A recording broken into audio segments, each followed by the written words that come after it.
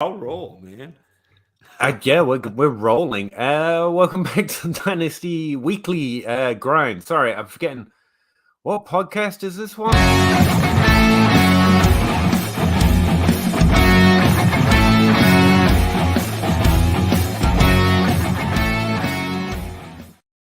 It's not even a podcast, Zach. It's a live stream. How you doing?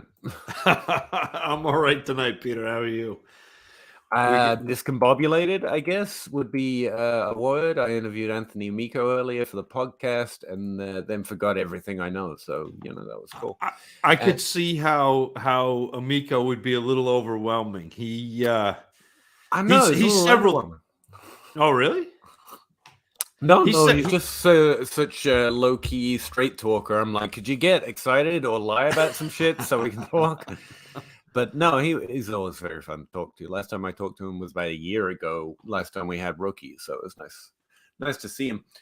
We are normally functioning at least 30 minutes behind on the questions because you not fill up the chat with questions before we even get here. Like we are 30 minutes behind. We start getting behind, and then before we even start getting behind. But we really appreciate it. Dynasty Outhouse is meant to be on his way, but we'll see how that works out. Oh. Well, look at that for freaking timing. Hey, I don't know if you heard that, Mr. Russ Fisher, but the chat filled up with questions before we even got here today. It's like being the band backstage at a gig, and the fans are just like banging on the bleachers, and they're ready for you to come out. It's awesome. I love this. I love this show. I love the chat. I love the people in the chat. It's awesome. I love my Wednesday nights. Live streams hit different, man. They do. I don't like. I have a feeling I'm not going to like a lot of the things I'm going to have to talk about tonight, though. Oh, really? Yeah. You don't? Why? What's going on? Because he's a Seahawks fan. Oh, right. No, you can Calvin Ridley. Don't want to talk about Russell Wilson. Don't want to talk about the. It's okay. It's okay. A lot of mute me, please. Lot of pain coming from this direct. Oh, I forgot. Yeah. All right. Honestly, no. I'm happy they got. You get Noah Fant, I hear. Does anyone know the details on that trade? By the way, I do. Russell Wilson and a 22 fourth. Okay. For Drew Lock, Shelby Harris, Noah Fant, 22 first, second, and fifth, 23 first and second. Yeah, so 9 overall, 40th overall, plus the 5th, and David goddamn Putney. No, sorry, that was a different movie. That was a different movie. That was same movie, I think. That was draft day. That might be the same movie. But yeah, no, that it was a haul for Seattle, and at the same time underwhelming. Should be probably because of the names involved, right? Because it was Drew Lock involved. Like, imagine if it was take out. Like, why not tell him to keep Drew Lock? We're good. Like, it's all right. No, honestly, I want this offense to literally be. Okay, how many? There's 11 offensive players on the field at the time. I want 9 linemen, Drew Lock, and DK Metcalf. That's all I want. Do you think, or maybe I should frame it this way, what do you think the chances are that they take a quarterback at like 40? I mean, I know that the 9... We're going to be dumb and take someone at 9. They shouldn't. You think so? So, yeah. I'll be interested because I think there will be at least one of there are 5 quarterbacks that people are talking about kind of interchangeably in the first round. There will be one of them close to 40. I really believe there will. I mean, I don't really know because that would mean I need to know about linemen and defensemen and all of that stuff. But of the mocks I've seen and everything, it seems like at least Howell and I can't remember who else fall to the second round almost every single time. Yeah. Yeah. And like, to me, because this is a big offensive line draft, this is a big defensive line. Like there are some really nice trench players. It would not surprise me. I literally don't drink. I'm gonna throw that one out there, Monty. I think you haven't rolled up a joint on the screen yet. Maybe that's what it was. I literally don't do that either. It's tobacco. I guess you get roll a those slight doobies head every buzz single week, sometimes. multiple times. What are you talking about? Gonna get me arrested in Kentucky. It's literally just tobacco. Okay, so here's what I have coffee. It's my vibe. Here's what I want. I want Drew Lock to start this season. I want offensive linemen and defensive players only drafted this season. And then next year, where you have 2 firsts, one of them will be insanely early and one will be insanely late because Russell Wilson's good for like 8 wins on his own, not to mention that Denver's a good team in general. So then in a better QB class where you'll have an earlier pick, most likely, then you take your quarterback, where you put him in a situation where he won't die, because he will in Seattle right now. Unless they get Malik Willis, which they're not which they could at 9. Like, it's possible Malik Willis is there at 9. I mean, it'll be what, 3 teams that need a quarterback before them? Lions, Falcons. Welcome back to the weekly grind, where we speculate in the future of Seattle Seahawks, and we're not doing the draft. I have no Hey, you had a question up. You took it down. I did several times. Bring the question back up. I'm actually really interested in what Russ has to say. I'm just being The real answer is fire Pete Carroll, fire John Schneider right now, not after this season. I don't care how much money you owed them because you were dumb and re-upped them a year and a half ago, 2 years ago. Get rid of them and then just really start over and let your new GM use this first round pick. Well, they're suffering for now they can't have 9 and 10 because they traded 2 firsts for Jamal Adams on a crap team. They should trade their first if anyone wants it. But anyway, especially if in this situation. But yeah, hey chat, how you doing? We're about 40 minutes behind because you all started us off early. Send Carr, T. Higgins, receive Fields and Dobbins. I read ahead a little bit while that was going on, and he says he needs to improve the QB situation, which, my overall answer is no, you don't. You don't you don't have needs. You don't have needs. I haven't even read your team. You don't have needs right now. That's a silly way to approach it. And I got to be honest. Let's pretend Stafford, Tenney, and Carr are fine, and I'm not sure Fields is an upgrade. He could be. He might bite be. your tongue. He might be, but Fields right now is a value proposition, not a points proposition. Yeah. I mean, you're taking a gamble and switching the value of your wide receiver to the running back position, which is fine. Higgins and Dobbins is fine, but I mean, it's just not a solid foundation for the trade. The trade itself is fair. It's fine. Yeah, honestly, pure value-wise, I think Fields and Dobbins might be worth more. At least, if anything, they're both easier to flip pieces than anything involving Carr. So if this is a step move, then sure, I would hate to trade away T. Higgins, but I would. 0.5 PPR, Dobbins is a good piece. Sorry. Looking at this for me and the way I would operate, I would be trying to take Tony Pollard, who people are higher on than I am, and pair him with Elijah Moore. Peter, close your ears. Elijah Moore, who people are high on, and see if I can get a Dobbins level running back. It doesn't have to be Dobbins, but if you do that, you haven't really lost anything in your wide receiver core. You haven't done anything to your quarterback. I know that B, you said that you need to improve quarterback. Like Stafford and Tannehill will be fine. I know he wasn't last year. I know it's scary, but Tannehill will be fine. And if he's not, Carr is fine as a QB too. You're okay there. And if you can improve that RB2 situation with your wide receiver 4, all of a sudden you have really bolstered your team without hurting it. Or like what you could do is go to the Dalvin Cook manager and throw Madison at them. Yeah. Because I'm sure they're freaking out that how much his Dalvin's value has dropped. But I got to be pure honesty. If I looked at any team I owned and I had Stafford, Justin frickin' Jefferson, T frickin' Higgins, Jalen frickin' Waddle, Elijah frickin' Moore, and Saquon frickin' Barkley, I don't care. I actually like the idea of adding Dobbins to Barkley more than anything, but this trade's backwards. Like It's backwards. Like Cars of safer points, and the rest of your team's great. And T. Higgins has more fast approaching a top 12 wide receiver. You can flip him for any running back you want in August.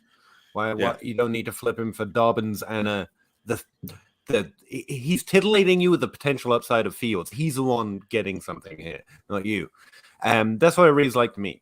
But shit, I like J.K. Dobbins. I just think he might be an overvalued running back too because he's so good.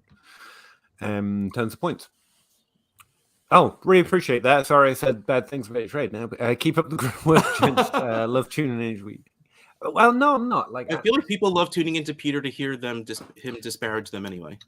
No, it's not disparage. I was thinking about my YouTube videos earlier.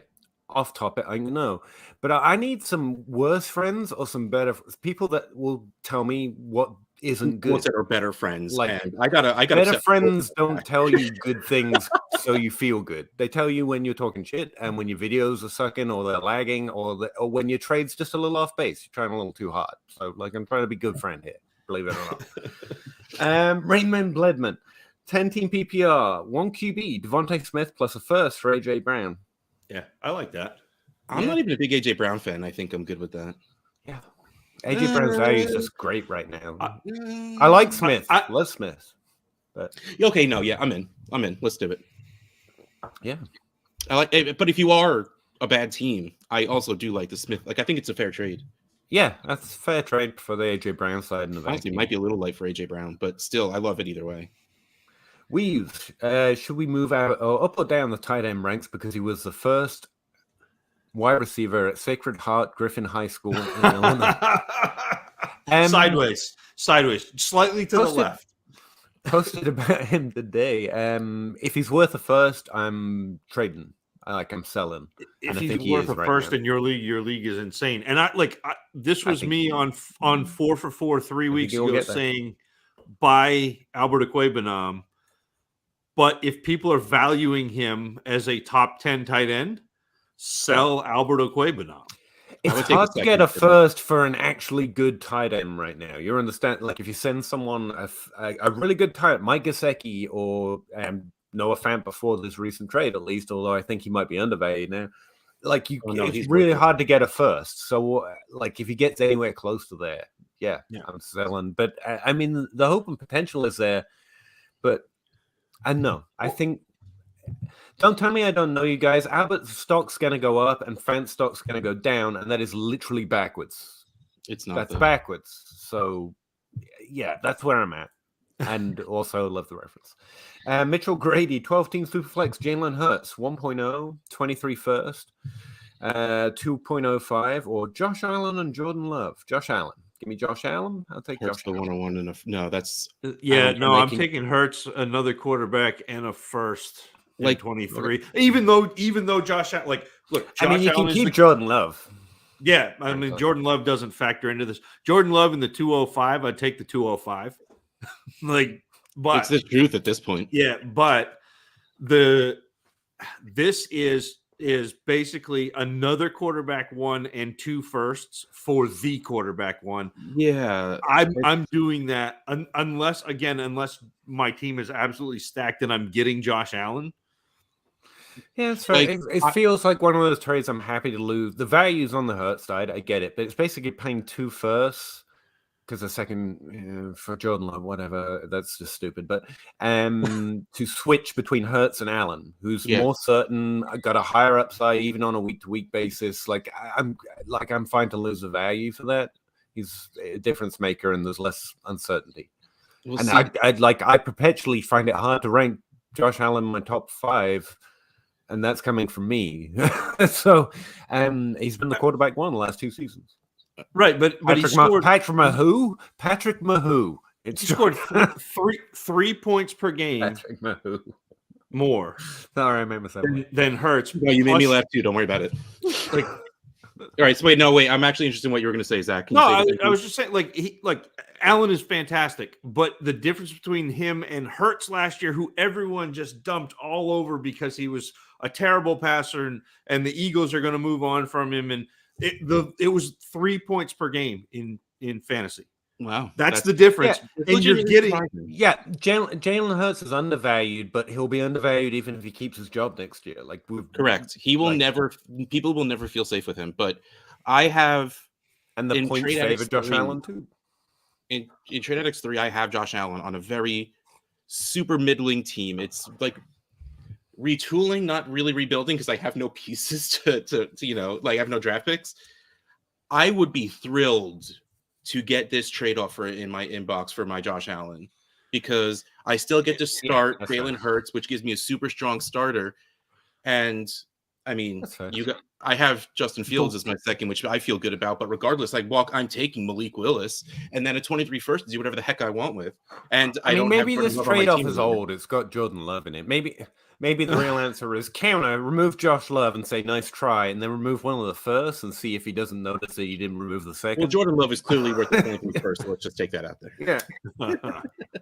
Exactly. There's those booby smacks that because the value is strongly on the Hurts side. So I think if you remove one of the first, especially the 101, actually, I have to take that back. That's to go get Josh Allen. Trade is stupid. You take the 101 out, you take Jordan Love off, and you go, then maybe we're close to a deal.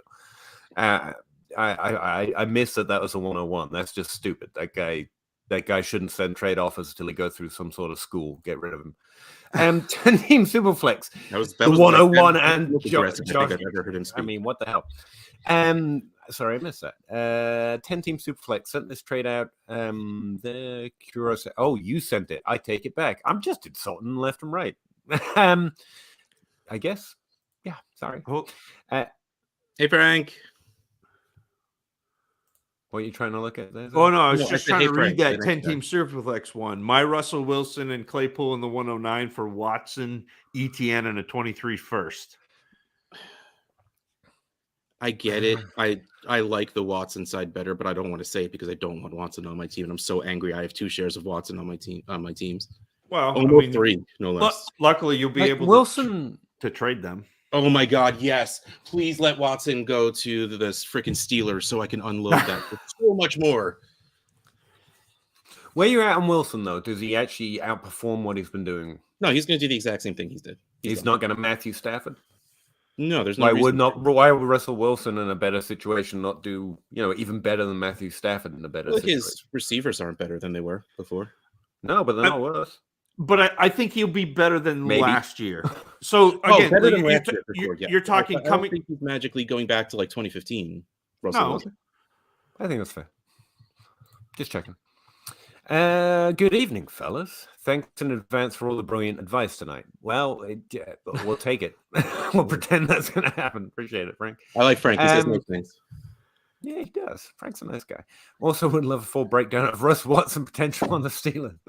It's by Russ. Yeah, he knows how I feel. Don't get me wrong; it's a great fit. Like Claypool to the moon if that happens. But I suspend him, please. Especially after Ridley gets suspended a full year for gambling $1,500. Okay. Watson should get kicked out of the goddamn league. It doesn't affect money, then it doesn't get. No. Steelers aren't interested in Watson. Okay, Joe. Deshaun, I will wait till something happens. What? Well, yeah, for sure. But multiple reports, so it means someone's leaking it for some reason, so we got to pretend that it's real. Their reason is normally to leak it, right? Usually you either leak it because you got to scoop it, it's true, or you leak it so another team who is interested panics. But right. I mean, we can't. Well, or Watson's agent is leaking it to try to drum up that interest. Exactly. Yeah. But it's something to talk about, so we're going to talk about it. Hearing the Steelers are interested in Malik Wallace, says Monty, but as a starter, or get Garoppolo in the 1-year deal. Yeah, speculation's fun and stuff, but I'll leave it to the beat reporters. I was talking with Cal earlier, and I had to mix. I was not accusing him, but I was saying sell low on Calvin Ridley right now. It's like trying to make a show of closing the barn door after the horse is already in the mountain. Get out of here. It's too late. Yeah. And I've done that with Wilson. I always lean they're going to stay with the same team, but saying buy low on Wilson right now is ridiculous But I mean, it normally hits better just to wait until there is news that there is no news, and then proceed. Because the NFL, despite being more creative a little bit with its trade moves, it's still really not. That's why I'm being so dismissive of it. Zach and Russ are a lot better at speculating than I am. Like, for that reason, we don't care about wasting our time and breath, I think is what it comes down to. Maybe. Tyler Reeves. Any relation to Jesse, by the way, Tyler? Would you trade the 103 for this early trade the 103 for CD? Yes. CD Lamb for the 103 in this draft? Wait. The Superflex? I would trade the 103 away for CD Lamb. That's what I thought you were going to say. I think that's what he's draft, saying. so I think I could get Burks or Hall. I would not trade Amon-Ra St. Brown in the 103 though. I think that ends up even the value proposition. I think you're losing that one because I think a lot of people like Amon-Ra St. Brown. Yeah, The 103 for CD is even. I'll take the CD side, kind of where I'm at. Well, it's the devil you know versus the devil you don't. But yeah, I'm Brees confused Hall by or Burks for Lamb is sadly right now even though it shouldn't be. I think Lamb should be worth more. Yes. Yeah, and I think he will be by like a few games into the season. I think Hall is a fair question. I was asking Miko, like, this is not a year where we elevate the running back to the 101 position because it's a wide receiver class. But I mean, there isn't. Oh no, yeah, it is. Hall is easily. That's what I was asking him. I was like, they hit so much earlier, and there's so few questions around Hall, and it's such a thin running back class. Actually, he had an opposite opinion on that. He thought it was pretty deeper on later starts by us. But still, like, Hall seems like so much locked in. Like in a wide receiver class like this, we draft Burks ahead of everyone. It's actually the type of year where I'm like, maybe we don't. Like, I'm okay with Pickens and Wilson, and like, I hate letting players fall to me, as it were, but it's more like there is no one after Hall in this class I'm as interested in at running back. He's gonna have a top 12 season or top 15 season in the next 2 years and immediately get more value than most wide receivers because the others are going to take a second. I don't have a 101 this year because I'm only in 6 leagues. I don't have a 101 this year. If I did, it would be Brees Hall. I Period. Think that's fair. Full stop. Like, not even close. Everybody. No, that's the thing, though. He thinks he can get Hall here because it's a super flex, right? And we're talking about 101 in a one. He's a running quarterback. That's fine, but I am still taking Brees Hall at 101. So my film grades on Brees Hall. And I've heard everybody say this running back class is nothing compared to last year with Harrison. But Hall easily compares to most of the 101s. My film grade on Hall is dead even with Najee Harris and Javonte Williams. Like, Brees Hall is legit. And then he came out and smoked the combine, and everybody's excited now. But he is that guy. He is the 101 for me. Yeah. Okay, can we play a little game for a second? In February, I'm looking at Superflex ADP on DLF. Brees Hall's running back 17. Higher. This was before the combine and all of that. But I don't even care about the combine. But you don't. Right. Other people do. But the NFL is gonna draft him high because of it. So. Yeah. Brees Hall. Okay, so Brees Hall or David Montgomery? Hall. Mixon? Hall. Dobbins? Hall. Just jump up to the top 12. Hall should be in the top 12. I'm at 13, but I still want to say Dalvin Cook. Hall. Okay, Chubb? Hall. Not close. Akers? Hall. Kamara? Ooh, that's painful. It's probably Hall at this point just because of age. Hall. Derrick Henry. Ooh, Derrick Henry, RB9. Good for you people looking past his injury. Yeah, right. Did you answer? Sorry, I was. Hall. Yes. Yeah, we said Hall. Gibson. Antonio Gibson. Hall. Austin Eckler. Hall. Saquon. Ooh, I like Barkley better. Yeah, that's the delineation. RB7. Yeah. Yeah. Are we excited about Antonio Gibson getting a quarterback who checks down a lot? I'm excited about that. I'm excited about Antonio Gibson because of his value. Like, I think he's solid, and I think he's a little undervalued because this year was disappointing, and Washington and la. But like, I mean, Heineke didn't check down, but Wentz does. We know Wentz does. No, yeah, I don't. I mean, know it that should at be all. better. But is McKissick back?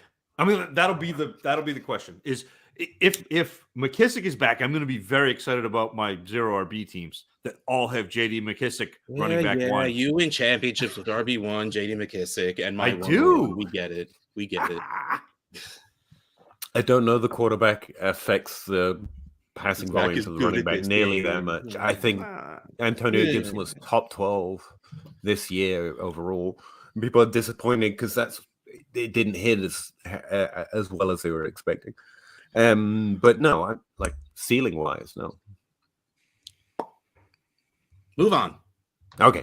Thanks for all. You're the best. I'll take it. Yeah. Thank you. Yes, we are. Yes. We're in the top 3 on this show. It's difficult, but we'll try. The draft day reference, love it. Hey, we're caught up to the start of this show. Awesome. Guys. And there's me looking sober. Damn it, Peter, could you please start? Just kidding. I love your proclivity to speak without restraint. I appreciate it, man. I show restraint. No, I don't. No, Bob Kilchrist, can you turn on the fantasy show pod without seeing Russ? Love it, by the way. Wait until he sees a new Twitter game he's tagged in. I don't even know how I fumbled into the freaking DTZ pod, but it just sort of happened that I'm like, all right, sure. 12 team super Hey, Russ, you want to talk? Okay. Is my wife going to divorce me? No. Okay, I'll do it. Justin Jefferson, Gainwell, Waddle, Justin Jefferson and Gainwell, or Waddle, Hawkinson, a second, and CEH. I mean, they're throwing a lot at you, and I like Waddle, but I'll take Jefferson. Yeah, I still want the Jefferson side. I'm actually fine with the other side. I mean, you're going to get 85% production, but you also get Hawkinson the second. And I mean, I don't care about CEH, but Hawkinson in the second is a nice gap for that. But you're thinking 1.75. Like, again, you're thinking 1.75. Like, to me, in a league without a tight end premium, Hawkinson is not a difference maker. Yeah. Okay. He's very fine. fair point. Very, very, very, very fair point. I'm stuck on my league settings. That's true. And I think that's again, I tweeted out about this a couple weeks ago, and it's something I think about often on this show. Is we get so dialed into our leagues and the leagues that we play in with analysts and playing with people on Twitter who are plugged in, and not that the people in the chat aren't plugged in, because obviously if they're in a DLF live stream chat, they are, but maybe people. Not everybody in their league is necessarily plugged in like that. And so like we can give answers, but when you're in leagues where everybody is plugged in, you have to like attack things asymmetrically. Yeah. So you're not going after what Matthew Berry tells you to do, because everybody knows what Matthew Berry tells you to do. So you have to attack it from different directions.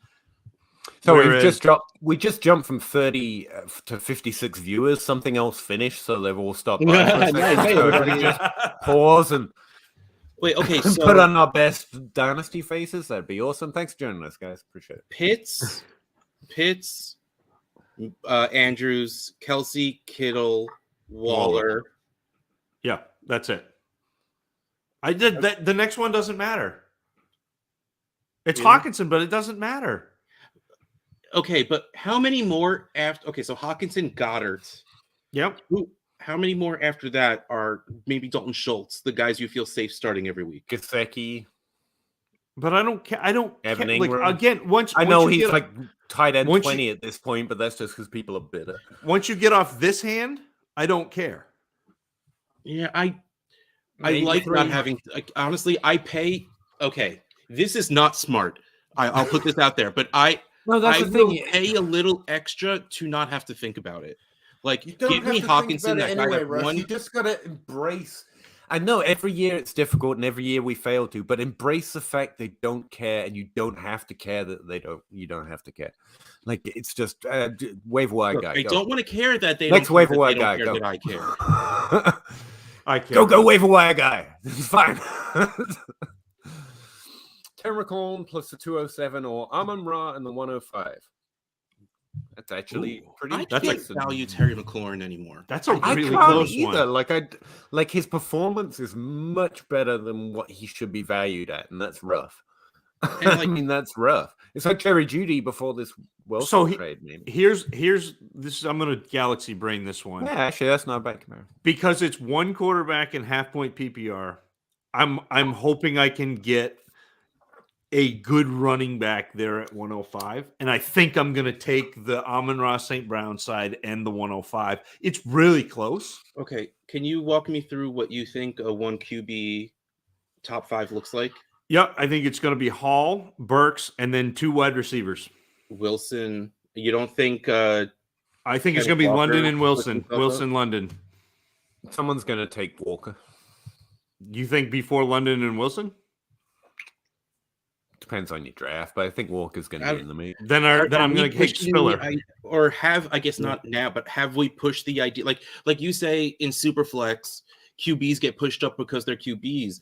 Are running backs pushed up because they're running backs in a rookie draft? And we always say the cheapest place to get a running back is in the rookie draft. Maybe. Like, because I mean, if we're talking Hall, if we're talking 2 running backs, 2 wide receivers. So then am I getting Walker or Spiller there?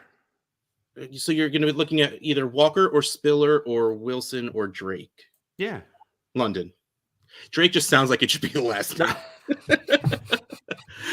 Yeah, but every time someone says London, Amon-Ra and either London or Kenneth Walker or Isaiah Spiller, just because they're like ADP thirds over Terry 207 is nothing at this point, right? Over right. Terry you convinced me. You are absolutely right. Yes. This is not one that it's like a snap. This is one that I've got to think. Like I have been reading this question for like 3 questions, trying to figure out what I would do, because I do like Terry McLaurin. I really do too. There's so much nebulousness there, and nebulousness, good word. Yeah, well, and you've got the age, and you've got it's just that there's so many questions that I'm probably taking Amon-Ra St. Brown, kicking the can down the road with the 105, and then look, if I can get somebody to overpay for Amon-Ra St. Brown, I'll flip him too. That's great. But how about we look at it this way? It's McLaurin and a worse running back potential and Ra and a better running back potential. Yeah. And so I'll take the wide receiver I prefer, which is McLaurin. But I get your point. I get your point. In February ADP, McLaurin's still wide receiver 18, and Amon-Ra St. Brown is only wide receiver 27. I thought the hype would have gotten him higher. Where's who? Jerry. 32. Higher in wow. Yeah. Higher in the next round of ADP. Higher in my heart. Yeah, he's going to get close to Terry after the Wilson trade. You gotta suspect, right? He'll probably jump. He'll probably jump up 24. He'll probably get like right up next to Amon-Ra. I don't know if he'll go higher. Which side do I? I mean, that's a great Jimmy. That was a great trade. Like that's a. If there's that much conversation about it, if you have to talk about it that much, go with your side. Yeah, I think it's a good trade. You should go with the one that gives you that special tingle, the Peter tingle, whatever makes you happy. That's really what it comes down to. Yeah, I think that's solid. Stefan Sports Cards. Take your last name cards because that's pretty cool. Happy Wednesday, guys. I don't know why I do that. Buying old but productive receivers in Dynasty is such a cheat code for contenders.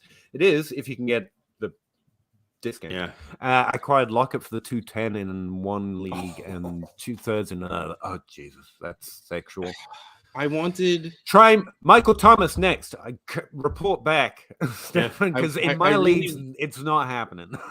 Another reason I wanted Russell Wilson to go to the Eagles is they're more likely to have also taken Lockett with him because they need another wide receiver, but the Broncos don't.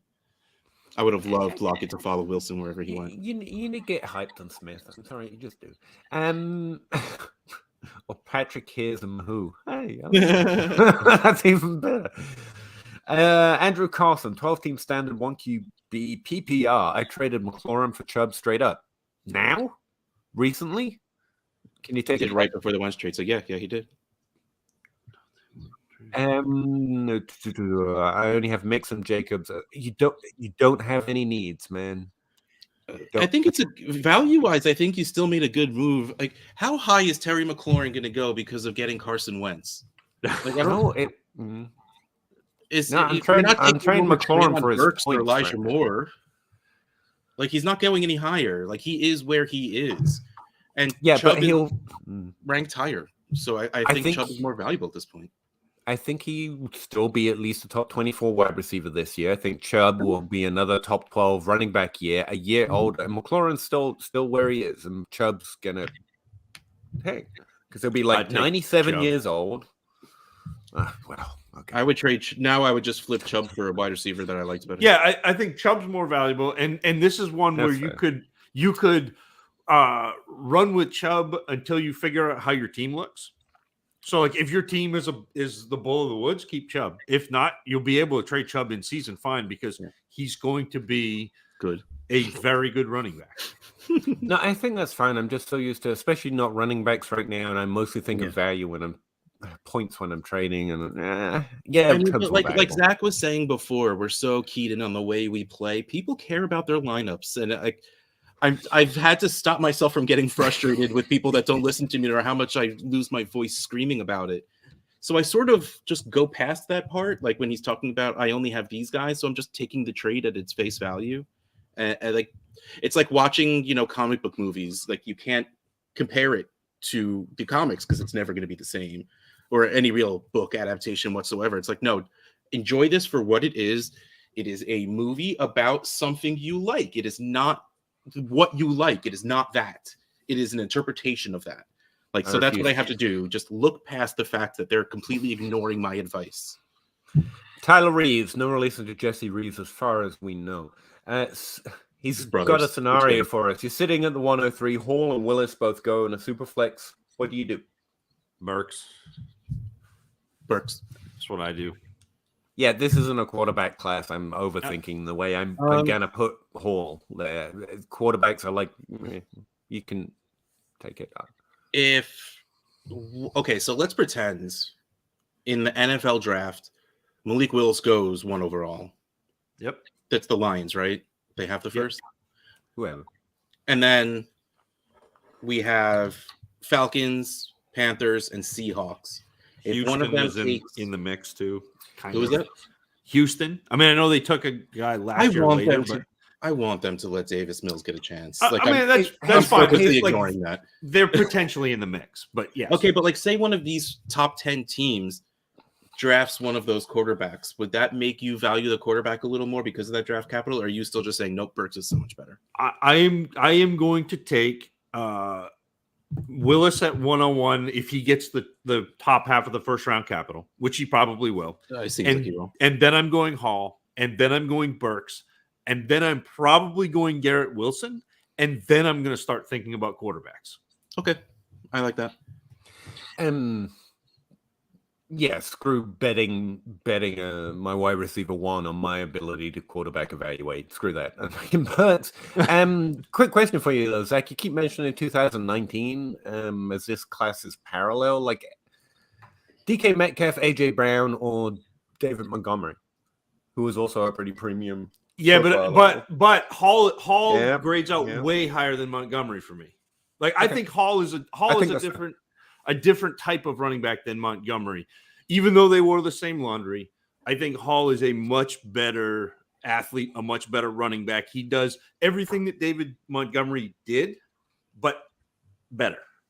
Yeah, so David Montgomery didn't grade out nearly as grade out. No, but he didn't register nearly as high for me either. I was just thinking it was an but in that like class, he hit. In that class, I had AJ Brown. I had AJ Brown at 1. I had N'Keal Harry at 2, and I may have had Paris Campbell and Metcalf ahead of the running back. The running backs in that class were subpar. If you take out Hall, that's what this running back class is. Like it's a little gross way of thinking of it. Yeah. This one makes Dante Adams for a 23 first and a second, and Albert O. If you're trading first for the 28-year-old plus wide receivers, that to me is never the discount in Dynasty, just because first has such a capital around it. But especially I think it's fair. I just think there's other old guys. Like we were just talking about with Lockett. I think Stefan Diggs is going to suffer more than Adams in the value market, maybe. Similar age. I want to hear somebody who knows about the salary cap who can tell me what the chances are, because they franchise tagged Adams. Yes. They have signed Rodgers. Well, he didn't sign.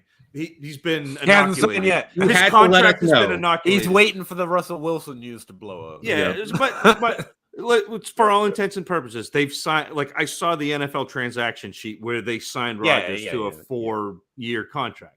Yeah, if somebody can tell me that they can work the cap, that they can re-sign Adams for another few years, that makes that a lot more appealing to me because I like points. Yeah. I do. And yes, the value's probably on the 101, the 23. Yeah, first. that's what I mean. The value's on the first, but I want Adams, but I just feel like you can shop for other old guys. But if you're guaranteed that Adams is in Green Bay with Aaron Rodgers for the next 2 years, 3 years, I still want Adams. I don't care about the value at that point. Wouldn't it be perfect time to sign Rodgers and then let Devontae Adams go? It's like, that problem you've been complaining about? We made it worse and you're stuck. They've already franchised. They franchised him. So he's there this year. And then it's a matter of whether or not they can work out a contract for long term. Because I don't know enough about the salary cap, because there are points when it's fake and there are points when it's real. When it's not. Yeah, I get a little mostly fake. There's a little guesswork in there. We've Steelers going for 3 decades of employing abusers. Yeah. Again, if it doesn't affect your money, you're not going to see many consequences. It's just the yin and the yang to the Rooney Rule, I guess. Not like that's working out well either. but like that's where that comes. Like that's where that Rooney came from. Yeah, but I mean the rule is great in theory, not in practice. Yeah, you just yin and yang domestic abuse. I think that's, I like both of your shirts, by the way. Oh, thank you. Like that fella. I got it from somewhere. 1 QB PPR. Running back, Javonte Williams, Montgomery, Gordon, Singletary. Who cares? Wide receivers, Renfro. I like the fact you've got him 1. Gabriel, trade him, man. He's insane right now. Looking at his Tony, trade him 2. Donovan Peoples-Jones, if you can trade him. He's your wide receiver 1. Just enjoy that ham sandwich you can trade him for. Like, just go get that sandwich. Gallup, there's your wide receiver 2, finally. Curtis Samuel. See, the funny thing is, like, you did not have to list your team for us to say what our thoughts would be at the 101, 105, and 106. Because team don't matter. Hall. Yeah, don't draft for need. Best player. Or if you're feeling really frisky, see if you can pair the 105 and 106 and move up and take Hall and Burks, and then just be very happy. We're like this. That's exactly what I was thinking. Throw the 5 and 6 up for the 2 and get the 2 main guys. Yeah. I'm not going to beat that. Frank N. There's conflicting reports on Watson. Of course there is. Just more of jab at Russ's favorite QB after Atlas. Yeah, I'm just waiting for Frank knew what he was doing. Davenport to break it down for me, and then we're going to go to the Supreme Court at some point. So I am a little suspicious about the way the NFL's acted about him, but just reading Davenport, more and more it seems certain he'll play at some point. But I mean, the NFL has been weird. I'm trade hungry and wanting to boost my team somehow. Just buy low guys in Superflex. Just all buy low guys, sure. Yeah, but he's asking. I think he's asking for guys. Yeah. Davis Mills. Easiest one. Yeah, man. Like he's still going for crazy cheap. Mm-hmm. Does it have to be quarterbacks in Superflex? No, because again, Peter always mentions Michael Thomas. Yep. Mm-hmm. And then my two go-to are Renfro and Brandon Cooks, because Brandon Cooks is, you know how everyone talks about, oh, this guy's quarterback proof and this guy's quarterback proof. Brandon Cooks has played everywhere, and he's 1,000 yards, and he's going to get you like 5 or 6 touchdowns, and he's going to have a bunch of catches, and he's going to be like a back end wide receiver too, and nobody values him. Yeah, Cooks is a good one. I think Keenan Allen is like in the teens at wide receiver. If you're looking for team old guy, like you don't have to pay Devontae Adams. Not so young, not so old, and also a little more risky because of it. Juju Smith-Schuster. Yeah, his value's weirdly high, but is it? So it is on the trade market. If you go look at trades, it's like those are substantial trades. He shouldn't be with his ADP, but his trades, I think it's because he's so young. But I'd test the market on him. I mean, hey man, if you can still get Cortland Sutton for less than a first, I'd go do it. Yeah, that's an interesting one too, with Wilson being probably the best deep ball thrower in the league. Yep. But don't pay a first. Yeah. Actually, I was re-looking over that. Cortland Sutton's got the stats. I like Jerry Jeudy's performance, but the narrative isn't going to be built around that deep ball. But I mean, Wilson can make Jeudy work. Jeudy was making freaking Drew Lock work for him in terms of a per target like he can do stuff. I mean, with the Russell Wilson. Jeudy can absolutely play Baldwin.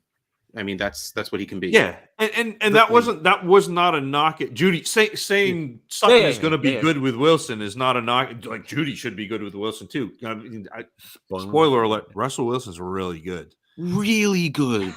Who the hell? Get a little closer. Really good. The hell you say? But no, I was looking over it because Tim Patrick has repeatedly been out to target him, and also does work down the field, and will continue to be a 3rd round pick. Now he's a points player. He's not really a buy low, but I've had Tim Patrick. Like I bought him for 3rds in our leagues, and you know how hard it is to get something free in our leagues. And that was before. I don't think his value is going to move an inch because it's Tim Patrick.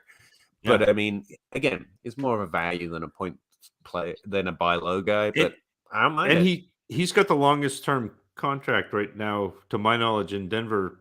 Tied to Russell, like that's a great buy low. Just sucks this hard, but he was choosing to target Tim Patrick on the outside, not Cortland Sutton, and I don't know why one would be open and one wouldn't. What? Because Drew Lock sucks. What do you think? I'm just saying, for free, I'll take it. What do you drafted free agent? Why not?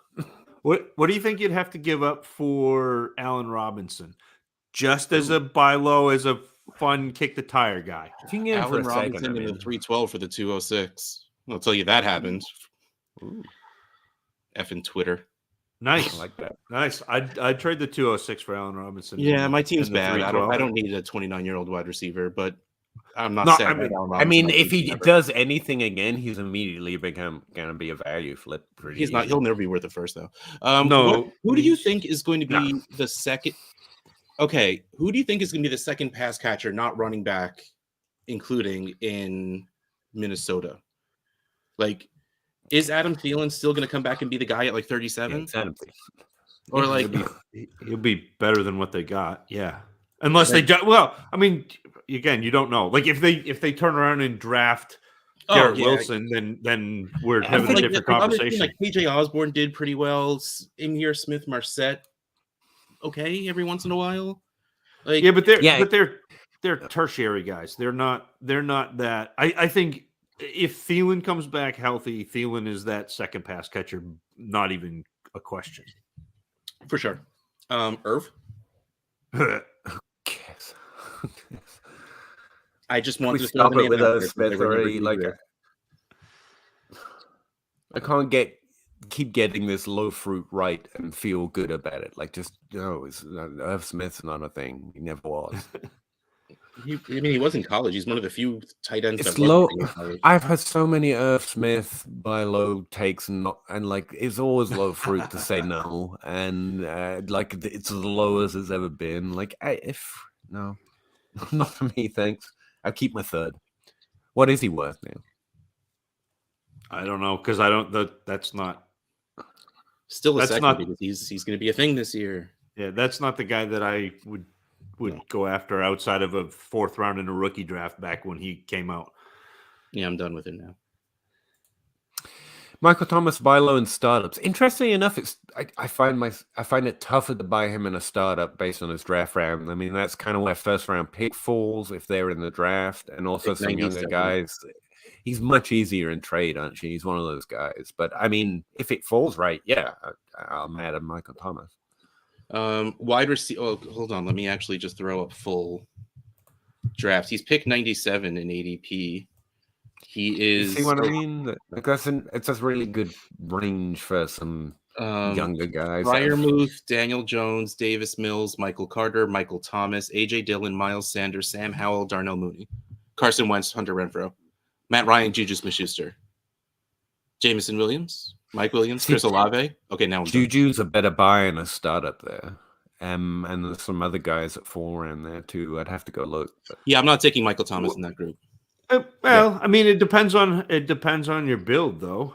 Again, like if you come in and go robust RB anyway, right? I mean, I probably would, but if you come in and go robust RB and you're looking at you've got a really stud running back group, and then you can add Michael Thomas in that range, and potentially have a wide receiver 1 to pair with your then that's not a bad build. If you're building like I typically do, or try to in the startup, where I'm going young wide receivers early, then Michael Thomas in that range probably isn't happening, because that's probably where I'm looking at getting my quarterback or and tight ends will be available around there too. Until recently, I'm assuming that's changed now, but Sutton and Judy were in this range. Yeah, it's like Lockett and Mike Williams are the two in this range I like that would be buys, but then you're like, well, George Pickens is right below there. And so there's a first round pick range. I'd do it, but in a startup, it's really about who's on the board. Judy and Lockett are around about it. Is a lot easier. Chubb over Barkley. And back to back. Now, Bob is, no. Sorry, Bob. No. Barkley, Dobbins, Chubb. I love Chubb. He's such a great player, but you got... No one ever he's the one guy that people correctly don't freak out about his age for some reason. So he's the one guy I have to but out of those players, Barkley is the one player who can be the running back one. Period. Good way of looking at it. Yeah. So he's got to be one for me. And I like this order for you guys. Then Hall, Dobbins. Barkley, Hall, Chubb, Dobbins. There you go. Is how I would rank it. Because again, and I know you love Dobbins. I know you do, but you've seen 2 years of Dobbins be not on the field. I've seen Chubb be a top 12 running back with Kareem Hunt. But you're talking about points. Talented. I am talking about points, Russ. What, I don't even that might as well be French. I don't know what that means. Patrick, which wide receiver would you trade straight up for Gibson? No, Karen's like, what are you saying? No, I was just gonna say, I talked about this on a podcast the other day. My work shuts down over Christmas vacation, unpaid shutdown. I need points, Russ. That's the week that gets paid out, and then I can just not take vacation. I don't have to have compensated time for shutdown weeks. I need points. I can't eat value. But it makes you feel nice and warm. Value. Which wide receiver would you trade straight up for Gibson? Which pick? I don't know why I said it so aggressively. That's how you speak, Patrick. And I like it. I like the energy. Well, I just want a rough idea. I like the question. Sometimes people ask questions vaguely because they want a general consensus. Sometimes because they don't realize how to ask a specific question. They let us have too many outs. This is a nice, direct, come on, put it on the line. I like it. All right. So I pulled up the values in the trade analyzer on DLF. Right next to Gibson. Gibson is sandwiched in between DJ Moore and Stephon Diggs. And is actually above Deontay Johnson. I would go get Deontay Johnson so fast. Yeah, but he's saying which receiver would you trade for Gibson? To get Gibson. Okay, either of those other guys I said. No. DJ Moore, yes. Stephon Diggs, no. Yeah. What pick? 5 in the Superflex. Yeah. something like that. Again, because I'm going to do it again. Malik Willis, Brees Hall, Burks. Did I freeze? And then I want Wilson. And then Garrett after Wilson, like fine, like have fun. I'll take Gibson. Yeah, you're I might slowly even- winning me in that fight. That like the 7 is too much for being that top tier. And I don't mean like I don't mean to be that guy, Russ, but I've been watching them for like since November. Like It's not like you're pulling me to the dark side of dislike. You're just showing me what search your feelings, Russ. you don't want me to search my feelings right now. But That's not this kind of YouTube stream. And like I want Gibson as a running back too. Pretty even. Or how I build my team. Sounds solid. How I build my teams, I'd be fine with him as my lone running back. Yeah. But again, you're doing the one running back and then a bunch of flex. That's why I said my teams. That I meant yes, and I didn't point that out. Thank you. In my leagues, you only have to start one running back. It's one of every position. The rest are flex, and then there's one super flex. Yeah, which is like great. I love it. I didn't name a player. Michael Pittman, because I can answer that question with Michael Pittman, no matter who it is. I'll tell Michael Pittman for that. That's cool. I think, Peter, who would you trade for the 405? Michael Pittman. Okay. Michael Pittman is a good idea. I'd trade Michael Pittman. Ridley Truth at 18th round of 1.75. So you're safely at home here, Russ. Tight end premium, PPR Superflex. Is this a trade addicts league? Come on, you can no new trade addicts leagues this year. I'm not doing it. You're taking Gerald Everett, free agent this year. No, I'm not. Nope. You can't No, make me. Or the 302. I'd take the pick. It's fine. Yeah. Yeah, okay. I'd take the 302 over Gerald Everett. It's so this class again, like I don't think it has the top end. There's a real big middle contingent in this class, and the 302 may end up being one of those guys that we go, I can't believe Deontay Johnson fell to 302. I am halfway through. Right? No, that's a lie. I'm on to like the second or third. You just finished Romeo Dubs, I think the guy's name is. Yeah. On the wide receiver catch-all. But between the running back catch-all and the first two wide receivers on the Dummies Hootenannies, I was happy to see that there was a lot of guys you liked on the catch-all. There were guys who ended up in my top 12 in those catch-alls. Yeah. It's funny because like I remember 2 years ago, Devi people fighting about Keontae Ingram. Yeah, well, and he was like the new hotness, and then he ended up at USC, and then USC did their thing and threw the ball to Amon-Ra St. Brown and whatever. But like it's that cake pan prairie, man. It's so flat. But there's a lot of flat, and there are going to be guys in that flat that end up being good in the NFL and end up being good for fantasy, but it's so hard to figure out who. Yeah. I like Cole Kmet this year, by the way, Ridley Truth. I think it's a really important year for him. Don't have too much. It's a rookie tight end, but with Noah Fant on the way down, and that one's more interesting, and Abbott on the way up. Cole Kmet is pretty much my lone value tight end right now. If you want another random one just to add because you're looking for depth at tight end because you're hoping players hit, I think the Jack Doyle news that was going to be overhyped is now going to be underhyped because of the news cycle. And who is it? Kyler Granson or whatever it is. Granson. He's we're just somewhat writing up Mo Alley Cox. Is that what we're doing? Yeah.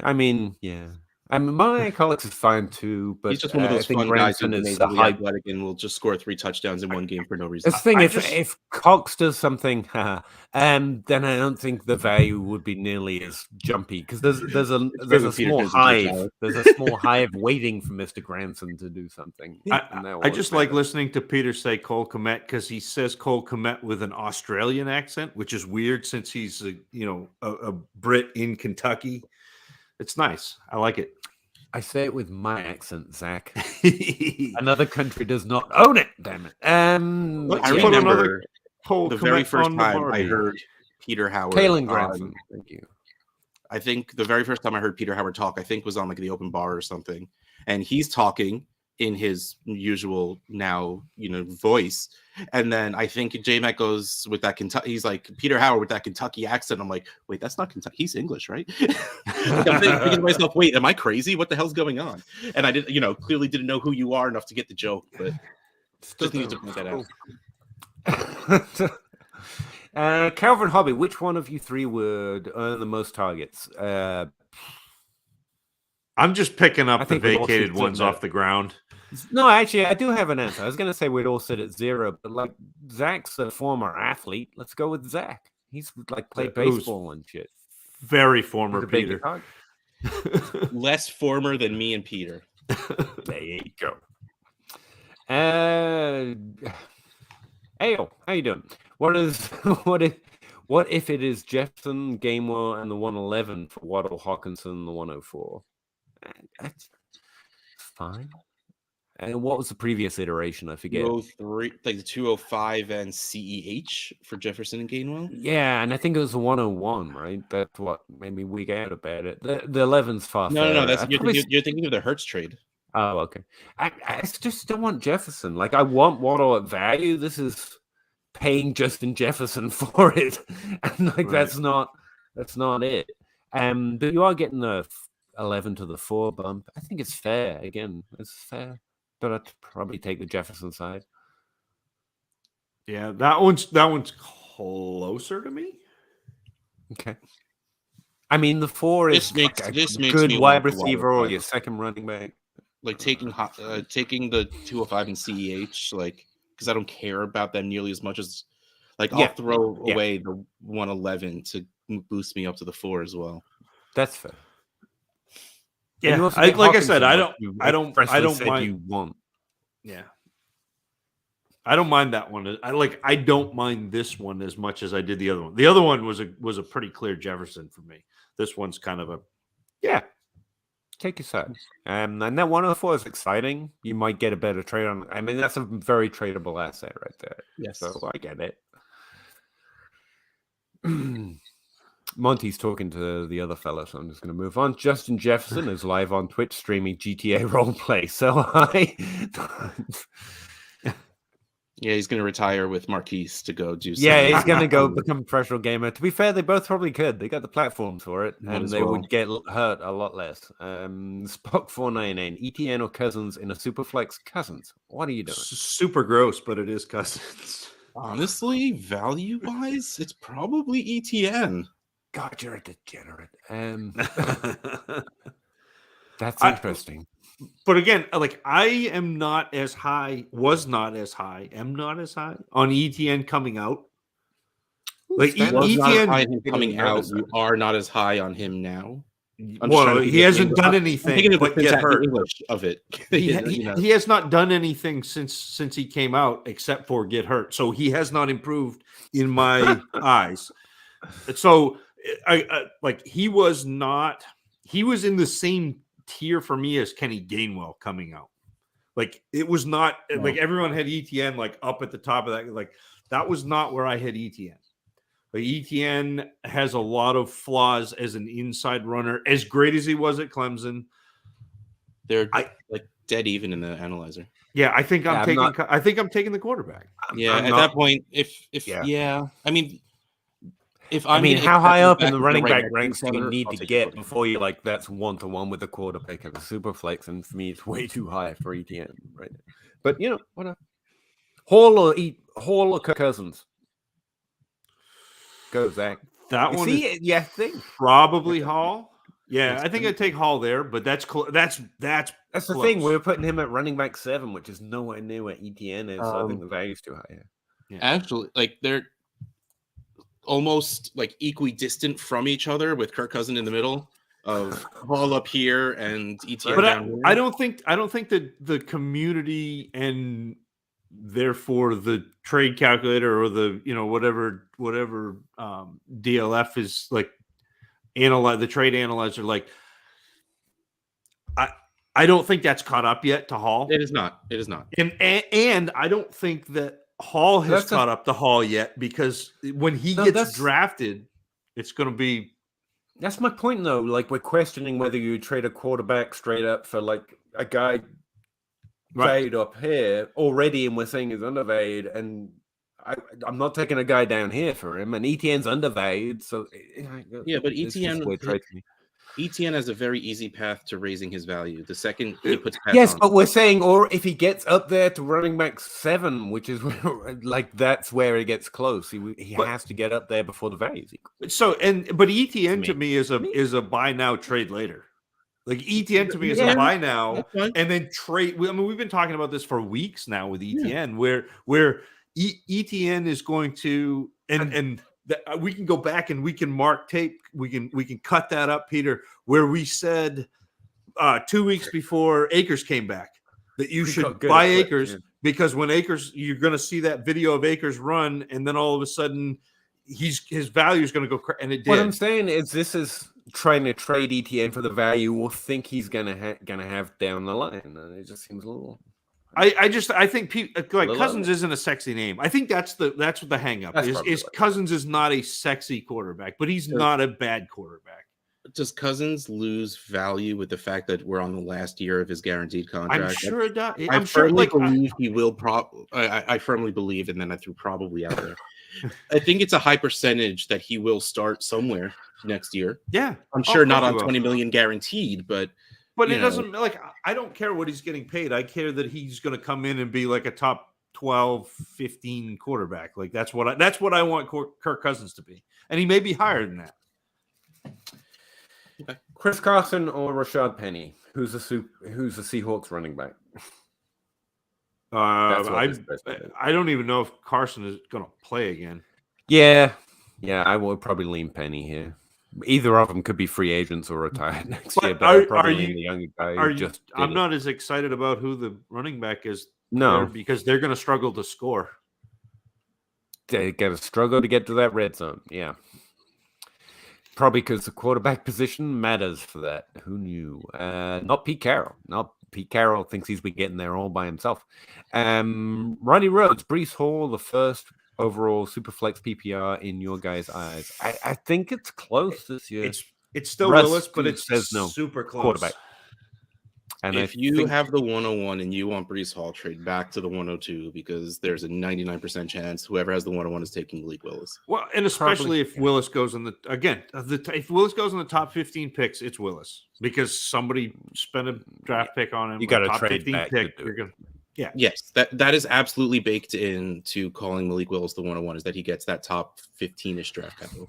Yeah, that's where it is. Like we want to do that, but we would rather trade back to do it. So we're there, but you gotta look. Okay, it's difficult because whenever I would trade back, the guy would take fucking Hall. Okay, so I don't want to tell you that I'm not on that. How would you feel? Let's pretend that. I mean.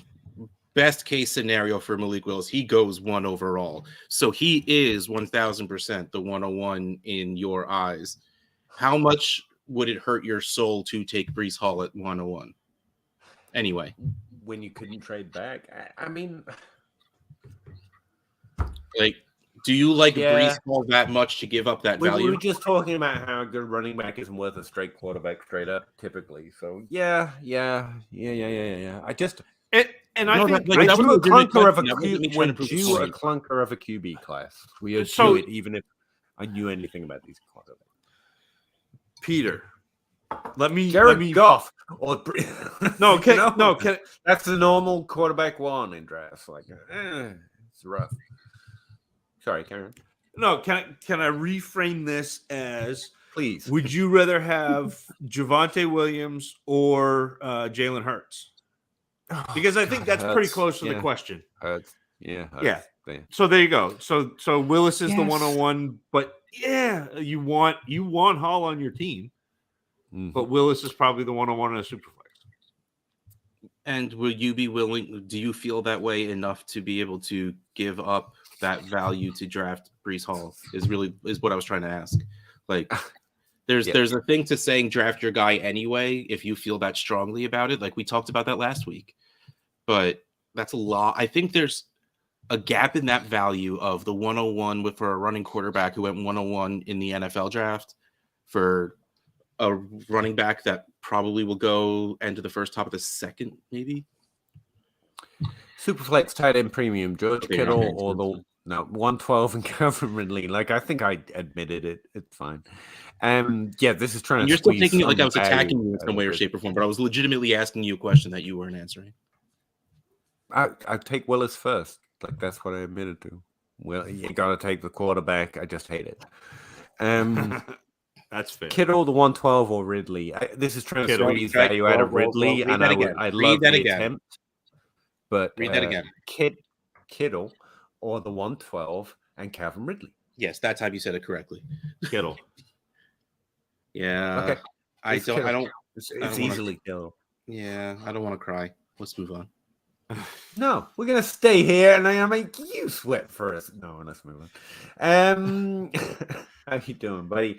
Thornton Christian Watson. I can't have a lot of thoughts. I think the people who are evaluating him saying he's pretty good. I think he's overall limited based on what I know. Where he played, I can't have a lot of opinion, and his stats don't matter. Basically, where he played. I think the NFL draft is going to decide you one way or the other, but I think I don't think he's got a great path to be a top 24 wide receiver. He was what? That's The big guy from North Dakota, right? Is that who he was? Yep.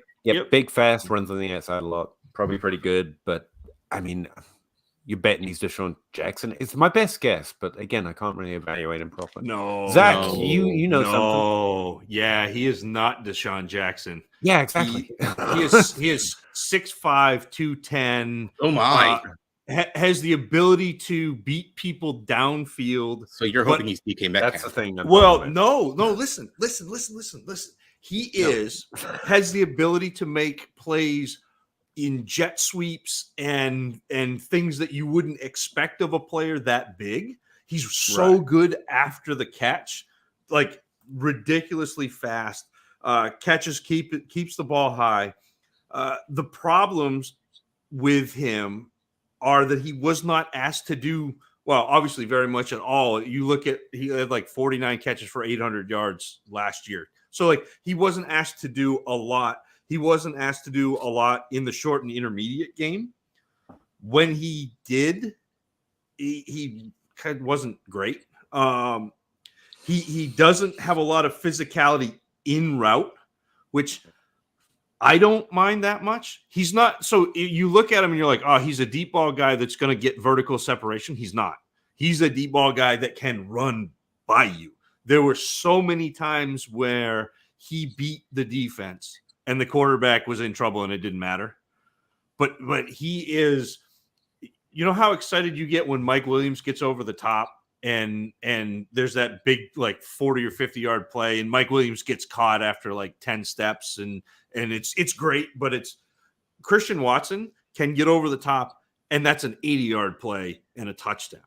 This still sounds like small school DK Metcalf to me. But it's not DK Metcalf though, because DK Metcalf was big, physical. Like, yeah, he would run by you, but he would just like beat the heck out of you when he ran by you. Less physical DK Metcalf, but it's still you don't picture DK Metcalf being able to run past people or be used on jet sweeps, but he is.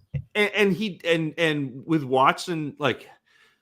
And this is not a comp at all, and he's not in the same caliber of player. But same thing with saying DK Metcalf. Yeah, every now and then when I watched Watson, you just have flashes of Randy Moss at Marshall, just like slicing through the defense after he's caught like a little swing pass, and you're just like, holy cow! The ceiling with this kid is crazy. The floor is also nothing. But in this class, where after the first 4 or 5 guys that I think are pretty safe, taking a flyer on a guy whose upside is huge. Yeah, I'm into that. Like he ended up being in my top 12 wide receivers that I graded out, and he's not a player that I normally would go after. It was, and I talked to J Mike a little bit about this. I said, he almost broke my evaluation tool because what he does is so good. And what he doesn't do is so bad, but the aggregate ended up good.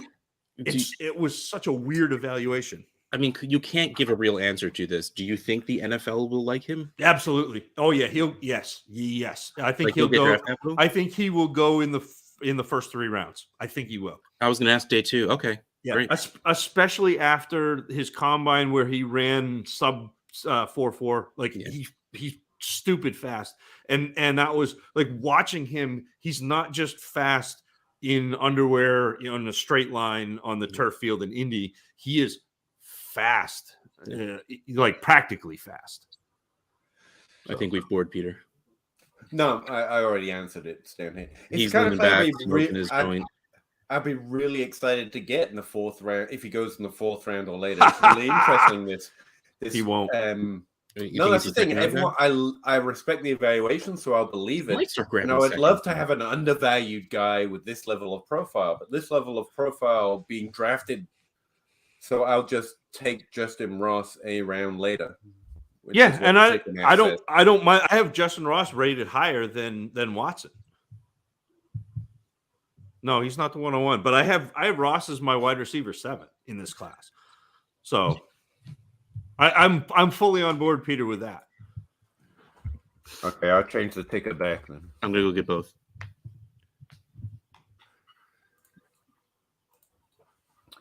Ritter, the next Russ. Nope. Nobody is the next outhouse. Who's the next Drew Brees? I know you're talking about a different level. No relation. Oh, okay. Thanks, Tyler. We're about 40 minutes behind. We're about 40 minutes behind. That's why I ask questions occasionally. I then know when we catch up. And that is family love. Take that. Nice. Peyton Massey, Amari Cooper, or the 103 in the 12-team Superflex? 103, unfortunately. Again, there are cheaper guys on Team Old Guy. That's how I feel. The answer is the 103, but Amari Cooper's great. Like I hate that. Like, there's such a drop off with draft picks, and I feel so comfortable saying sell first for good players. That's easy, but then you look at when you get down to the top 5, unfortunately, it's a different proposition. That's where you get your running back ones and your wide receiver ones. Future firsts for good. Like when you have numbers, it gets very different, and it's really painful to say. But it's the 103, especially in a super flex. Tim Shady, sup guys, Russ. What were your initial reactions to the Russell Wilson trade and waving for Bobby Wagner? Honestly, I think you're going to get this a lot. Heard about them straight up waving Bobby Wagner, like.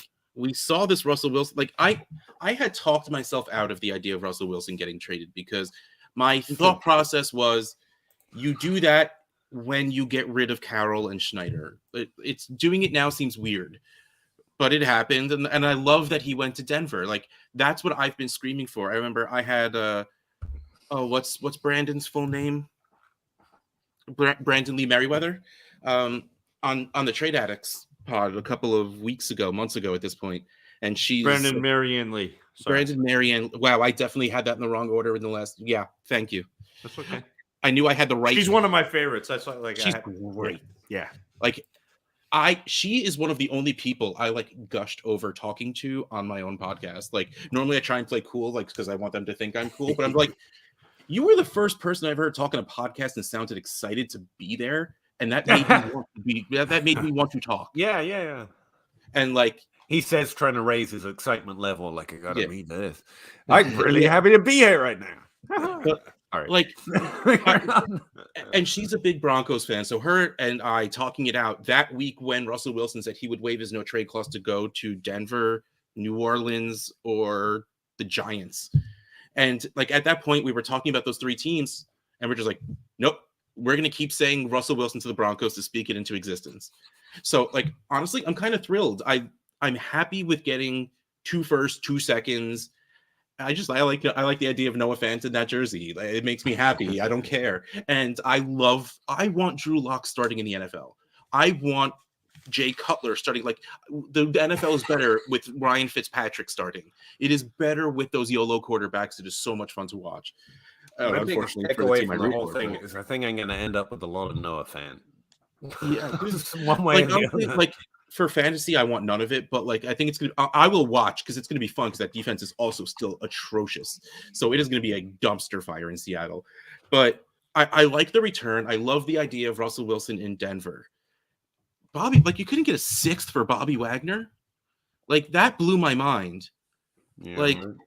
he's older at this point, but he's still so good and so smart. Like, if you have someone like, why would the Cowboys not go and get Bobby Wagner to stand next to Micah Parsons on the sideline and be like, yo, you're freaking amazing, but did you see that little bit? Like, even if you put Bobby Wagner in on third downs or just like in certain packages, you won't have to pay the man billions of dollars, but to mentor your young middle linebacker, like, no, I mean, there are some.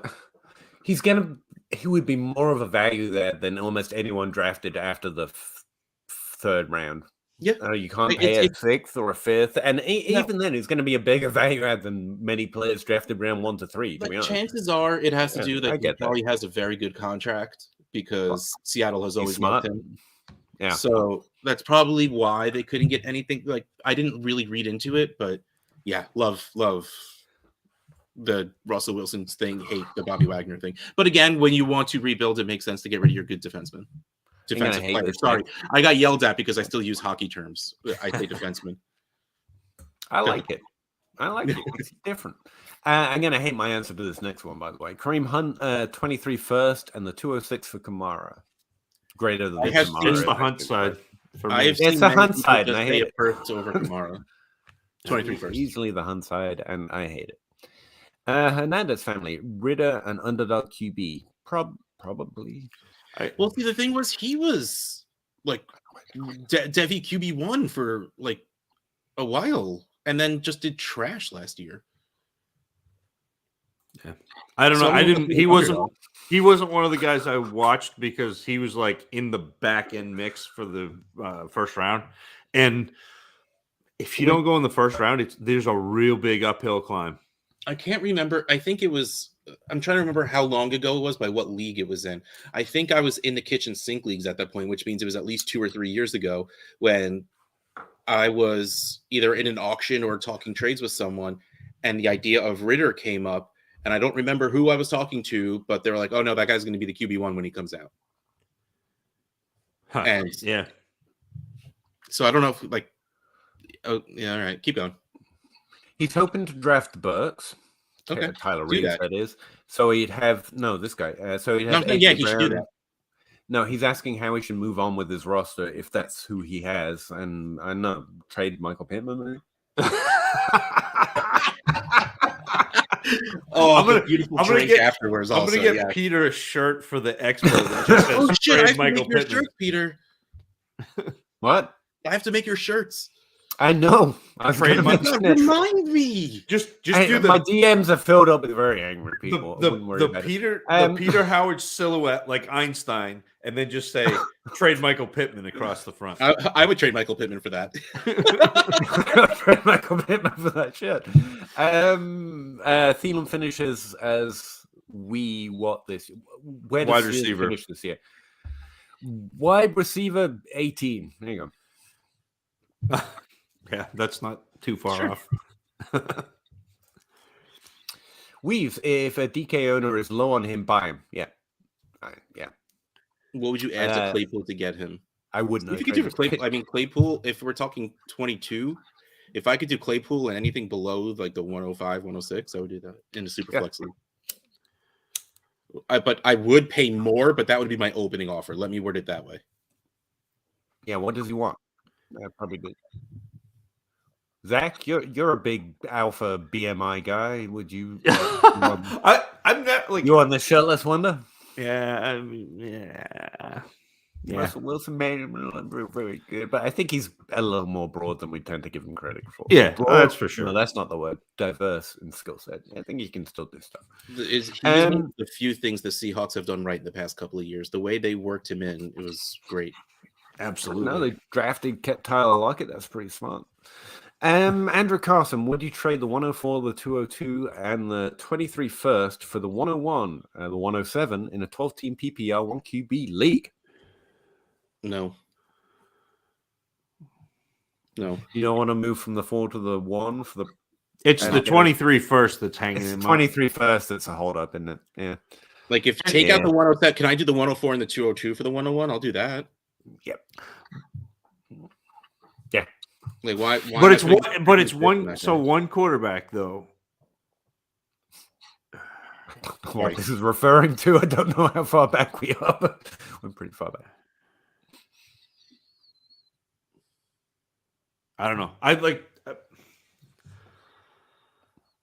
Yeah, it's still probably the. Yeah, it's the 104 and the 23 first, but man. No, I'm very easily on that because I can walk away with Garrett Wilson and be not super sad I missed on Breece Hall. Maybe though. I mean, if it goes Hall, Burks, and Wilson, then I'm not as excited. Walker or your wide receiver too, yeah. Yeah, I'm not a big Walker guy. Like I've heard so many people say, but he can catch. It's like, yes, but he had a season high of 13 and he had 19 total receptions in 3 years. He physically is able to catch. But it's really hard for me to look at the NFL, the way the NFL does things, and say, yeah, the NFL is going to make him a bell cow. Has anyone besides? I'm completely on board with that, as you well know. It took him like 7 years. We've talked about a lot. Like, I'm completely on board with that. But I do understand that this guy is just phenomenally good at. It's a different thing. It's not a guy who can rush, who might catch passes. It's a guy who's particularly talented at running the ball. It seems to be he's got. You can't be out on Nick Chubb and be in on. I'm not. I'm just saying I do get it, and I'm not out on Nick Chubb. I think his value is weirdly elevated for an older guy. Like, I'm bitter I can't buy him cheap. That's but I think that's Kenneth Walker's like ceiling. Like, he's not Nick Chubb. I don't believe he's Nick Chubb, but he's the best runner in this class. Well, that gives me a range because I don't know what talented rusher means. If you're saying it's Nick Chubb below, I'm like, okay. No, Nick Chubb's a better runner. So to me, now in the NFL, that's a lot easier to. I just hear, so gifted. No, I'm like, what is he? A savant? I don't know. In the NFL right now, it's probably Nick Chubb, Jonathan Taylor, Derrick Henry. Like, in terms of runners, like pure runners, and then for my money, Barkley's up there, but I don't think you're welcome, man. Tomfoolery is always welcome here. Look at us. Michael Henry, would you trade Mac, DK, Miles Sanders or Ramondre for Kyler in the 12-team Superflex? And no. I'll keep Mac and DK. I'm good with that. Yeah, I think Kyler's a difference maker. He is. Yeah, that's yeah, it's rougher than I thought. Yeah, that's fair. I mean, it's like I get it. I felt so confident in that one, but no, that's kind of different. It's true. And he's the one difference maker in this trade. Yeah. Oh, screw it! I take it back to be Kyler. But that's rough. That's close. It is close. That's a lot to pay for Kyler, but you're going to have to pay a lot to get Kyler. I would easily trade that for Kyler. Yeah. Miles Sanders is a little over the value, but yeah, it's Kyler here. In a 12-team league, it's not that big of a give up for Miles Sanders. That's fine. I would absolutely do that.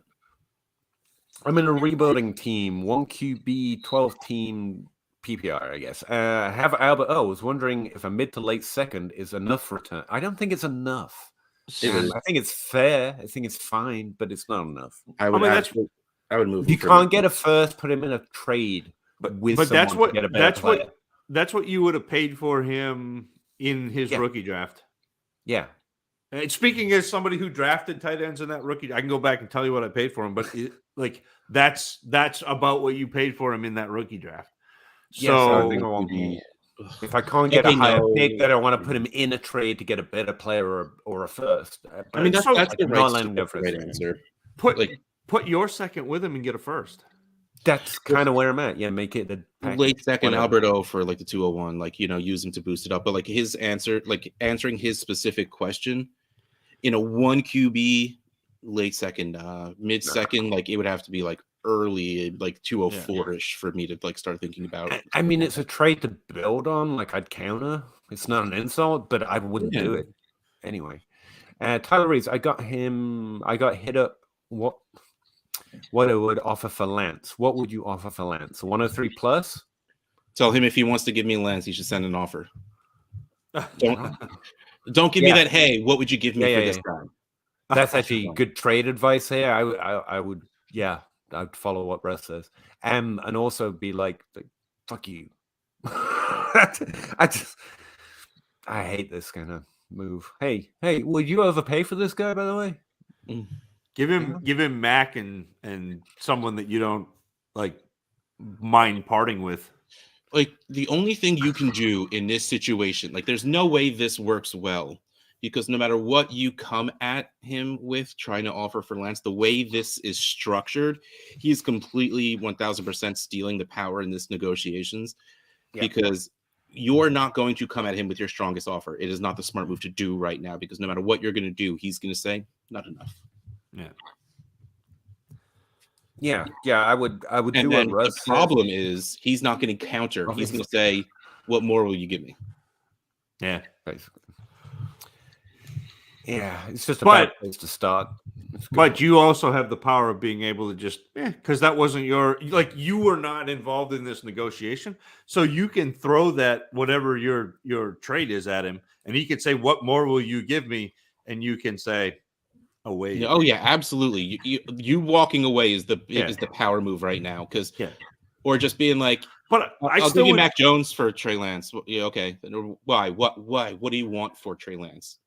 Throw Jones in a second. Like, do something like that. Like, at least make it like in the ballpark. Because like, no matter like whatever is going to happen, like he's going to say, "Oh no, man! Like you're going to have to give me this." Like, because the way he's walking in, he wants an overpay. He's asking for you to pay a lot, so he's going to counter if he does counter, and not just say he might not be doing that intentionally. By the way, like I've sent these messages before because I'm just curious. Like especially early on, I'm like, "Hey, what does this cost?" I don't know. So I'm not going to assume ill intent here, but it's definitely a trade tactic that I've seen other people use since. And I just want to reframe this for you, dude. You're fine. Your quarterbacks are fine. Oh yeah, Lance might be a difference maker. He can legitimately be a 0. Like that's the only other thing I don't see many people like. And Zach argues with me every time Lance comes up. He can't be a 0. I think he can legitimately be a 0. I mean, you're fine. Why? The only way he's a 0 is if at risk. The only way he's a 0 is if they decide never to play him. It's not the only way. Okay, Peter. He averaged 21 points a game last year in games that he played. Sure. Like his legs make him not a 0. Like if he is on the field, he is not a 0. Now I will agree with you that he is a risk where you have to take him. And I'm not willing to draft him there. I don't mean a 0 in terms he's on the field and he scores you 0 points. I mean, if he's not hitting those top 12 numbers, he's immediately going to be a disappointment, and all of that value disappears. Like it's one of those fly-by-night values that can just on the field. He's not missing those top 12 numbers. He's not, because he runs so well. Okay. Lamar Jackson, wide receiver. Like that's where we're at. Like. If he's on the field, he's going to score. If he's not on the field, he may not ever get on the field. Like that's the piece that people aren't baking in. He could not get on the field. That's true too. Huh? You really think he won't get on? You really think there's a possibility he doesn't get on the field? I mean, you really think Jimmy Garoppolo kept him off? If for real, there's no world where that was if Shanahan thought Jimmy Garoppolo gave them a better chance to win last year. Jimmy Garoppolo. Oh, yeah. There's a world where he was like, you know what? We're just going to roll with Jimmy. We're already paying him. He does a decent job.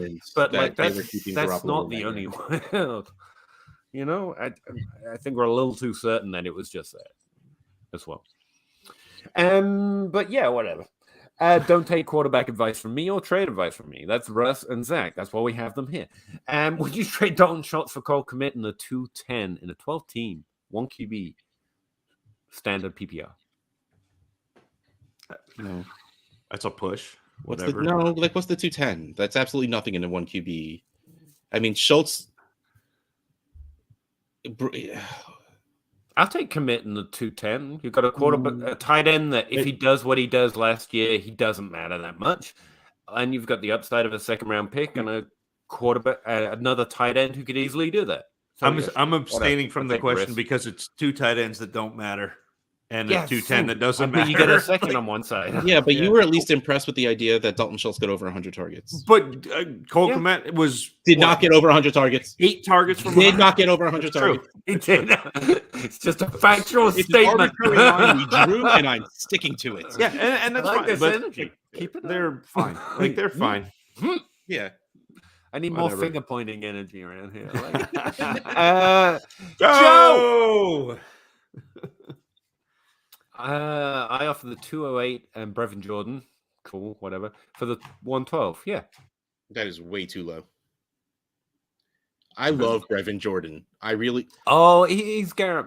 I buy into that school position thing. Like, give me Miami tight ends all day.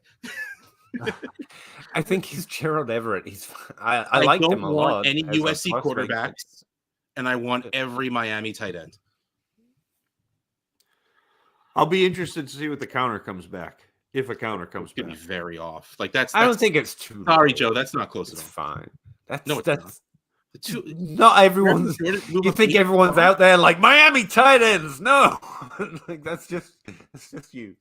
That's just me. Oh no, that is just me. Yeah, no, absolutely. You know, Jimmy Graham played basketball, right? It depends what podcast I listen to, I guess. Yeah, a little light in my opinion, Joe. Okay, maybe. I don't think so at all. Rob Dan, stay away from ETN in 2022. Liz Frank always looks bad year one. That's a fair point. I just think his value is going to raise. I'd trade for him low, and the idea that the minute it raises, I would trade him away. So I think that's and that's a good play. I wouldn't be hanging on to him for this year. Never revoke a trade because you think it's too low. The person might accept it. Keep it out there. See what happens. Joe's with me. Well, that's a good team to be on, to be fair. I think she's talking to Joe here. Yeah, Joe's talking to Joe. And Joe is talking to Joe. I was bored on that deal. Yeah. It sounds like one of those deals. Like, I wonder if I could go up 4 spots. Whatever. Yes. All right.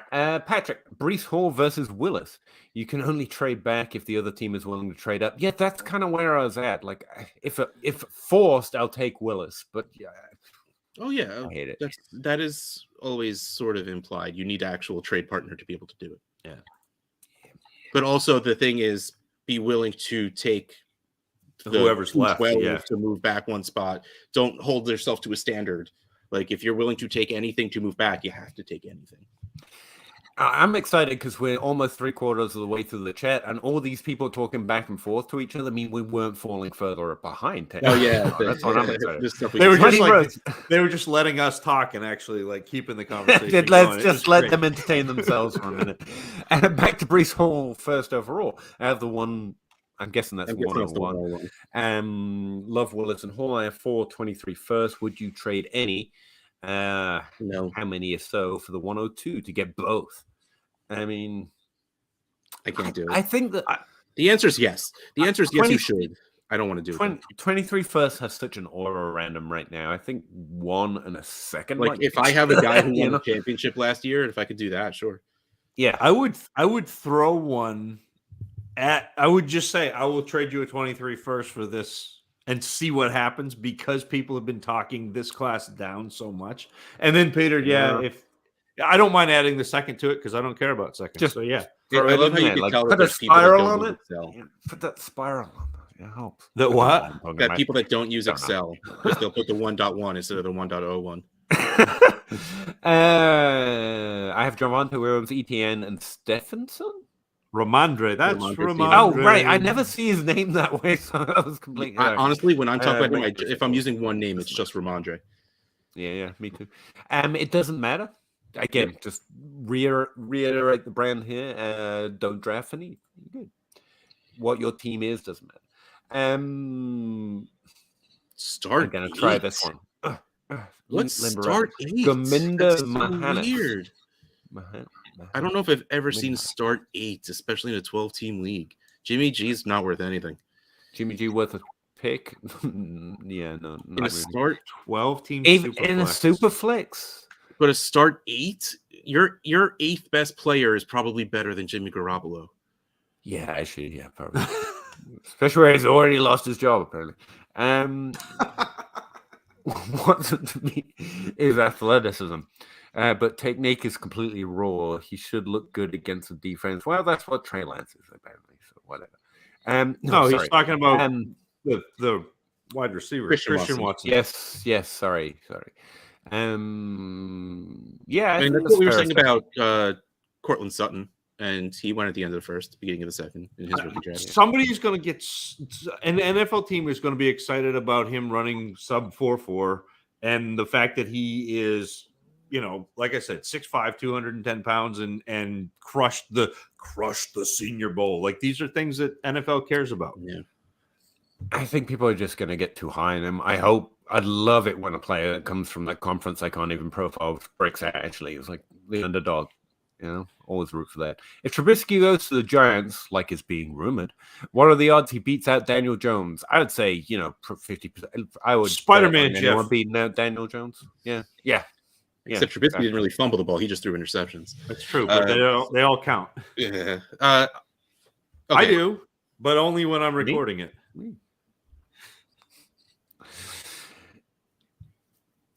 Yes, that is Zach. It's all me singing it. In fact, he does most of the ones of mine too. Yeah, I did 6 or 7 different voices for this one. I was so happy by that. It made me so happy that you did voices. Could you prove that and just do a quick rendition of "We Don't Talk About Melvo"? No. Oh. I mean, I could do "We Don't Talk About Bruno" right now if you need me to. I was singing that all day. I listened to the episode today. That's an absolute win. My goal is to earworm as many people as I possibly can. Are you kidding? Okay, so I do football card things where like I live stream opening packs and stuff like that. Nice. Anytime DJ Chark comes up, I'm singing DJ Chark. Like other dads yell at me, like, "Come on, man, knock it off." And Joe, it's if you go back and listen, it's me at the beginning of every episode. I do a parody every week. Or almost every week. I get like 190 of them. Let's see, we've got the end of DGN still is you. Yeah. I'm trying to think of what other intros you still have these days. You have Peters, the grind. Most of mine have gone past. For a while I had Superflex City. Oh yeah. Did he stop that? Oh yeah, you used Suffragette City, right? Yeah, that was a good one. Because it's funny, I'm like, man, there was like 3 different ones. Like, oh, I thought you were going to do this. I thought you would do that. I thought you were going to do that. Nope, Suffragette City. That's so much better. He wanted me to do "We Built That City" or "We Built This City." I was like, there is no chance. There is no chance. That is like the most hated song in the world. And I was like, I'm going to go David Bowie for you. So you could never go wrong going Bowie. All right, Peter. Sorry, I didn't mean to take up your live stream. I love hearing this is our live stream. I don't care that it's only Peter's name down there. Huh? Bob only put my name on it. Sorry. Bob only put your name on it. But we cover it up with the comments. It's fine. How much you're willing to trade for Najee Harris and 10 teams through flex PPR? I'm really into old guys. Wait, I'm just going to leave that sentence. Let it hang there for a minute. So you like running Najee back Harris position for 2022? Like that's where all my trade targets when August rolls around are at. Outside of Saquon Barkley and Christian McCaffrey, who are an injury proposition. Najee Harris is the only guy under the age of 25 I'm really interested in a running back for this coming year. Like, I really like him. I've got him listed in the elite tier 2 first-round pick kind of value. If they get like a real quarterback, he's going to be so good, Najee. I mean, even with a bad quarterback, or whatever Ben Roethlisberger was, he wasn't bad, whatever. Najee wasn't great. He just got the volume. That's the thing, though. No, but like he might actually do good things with the volume. Like he'll still get that volume, but he'll be able to do. He'll be able to do better things. That's exciting. Predicting efficiency. Not many would be brave enough, but here us goes. Oh hell yeah! I don't care. I just think he gets a volume in the worst possible situation. I have no back in anything I'm saying, and I don't give a crap if I'm wrong. So I will absolutely make any statement. Let's go. Now you know where we're coming from. We don't even care. Easily 2 first, easy. As a starting point, would you give? Okay, let's say Superflex, right? 10 team. Let's say like the 105 and a 23 first. Yes. Yeah. For Najee? Yeah. Okay. We understood the question. It's good. I mean, he's a top 5 running back next year, but like points wise, he's a top 5 running back. And the best part about Najee Harris is he's not going to lose enough value that you can't trade him at the end of next year. That's true because he'll still just be third year. And that's how I play running backs though. Is I will draft a player like Najee. I will use him last year. I will use him the next year, and then I will trade him either for a young wide receiver because people undervalue wide receivers and overvalue running backs. Or I will trade him for a pick and do it again. Yeah, you're right. I mean, that's how I play. I'm sorry. It's just how I do. I win. Winning is so anti-winning. I'm just like winning. I don't know. Movie quotes all day today. This is Bull Durham. I love winning. It's like better than losing. It's mostly. I haven't seen that movie in decades. I don't have the garters on, though, I swear. Speaking of stashes, do you guys have any bold takes for next offseason? Yeah, I don't think Juju's dead. I think Michael Thomas is actually still a top 12 wide receiver. Those are actually hot takes right now. Okay. I think Najee Harris is good. That's a hot take right now, to be honest. Anyone got anything off the top of their head that's better? I think Josh Jacobs is going to be in the top 12 again. That's not bold. That's what he is. I know, but no one. I don't really do hot takes. My hottest take is DeAndre Swift is still crazily overvalued. Oh yeah, for sure. I'm with you there, though. Yeah. Yeah, that's the thing. Hot takes are all relative. I don't have anything that's intended to be off the wall. It all seems reasonable to me. That's why. The last time I made a hot take was 2 years ago when Josh Allen was coming off of like his bad year that he started to look okay in. And I said Josh Allen was going to be the QB2 behind. And then he just quit the game, right? That's what you. And like I was right. And like that was one of those where like people were like, no, you're crazy. He's not that good. And then he was, and I'm like, I haven't made a hot take since. I'm like, I'm done. I have 2, I guess they would be considered hot takes for the rookie class. Okay. I think that Brian Robinson is actually going to be a productive NFL running back. And I don't think many people are talking about him. No, I like him pretty well. I can't talk about him because I don't know who that is. He's a rookie. A running back. Yeah, he's coming in this year. I don't remember that name. What? No, that's because everyone stopped talking about him after the combine. I think he had a pretty. He ran like a mediocre, like a 4.5. No, that's what he's slightly underproductive last year, but he was still pretty productive after Najee Harris left. And the thing is, he doesn't do anything before Najee Harris leaves, although he did have some role behind him, which is actually pretty impressive.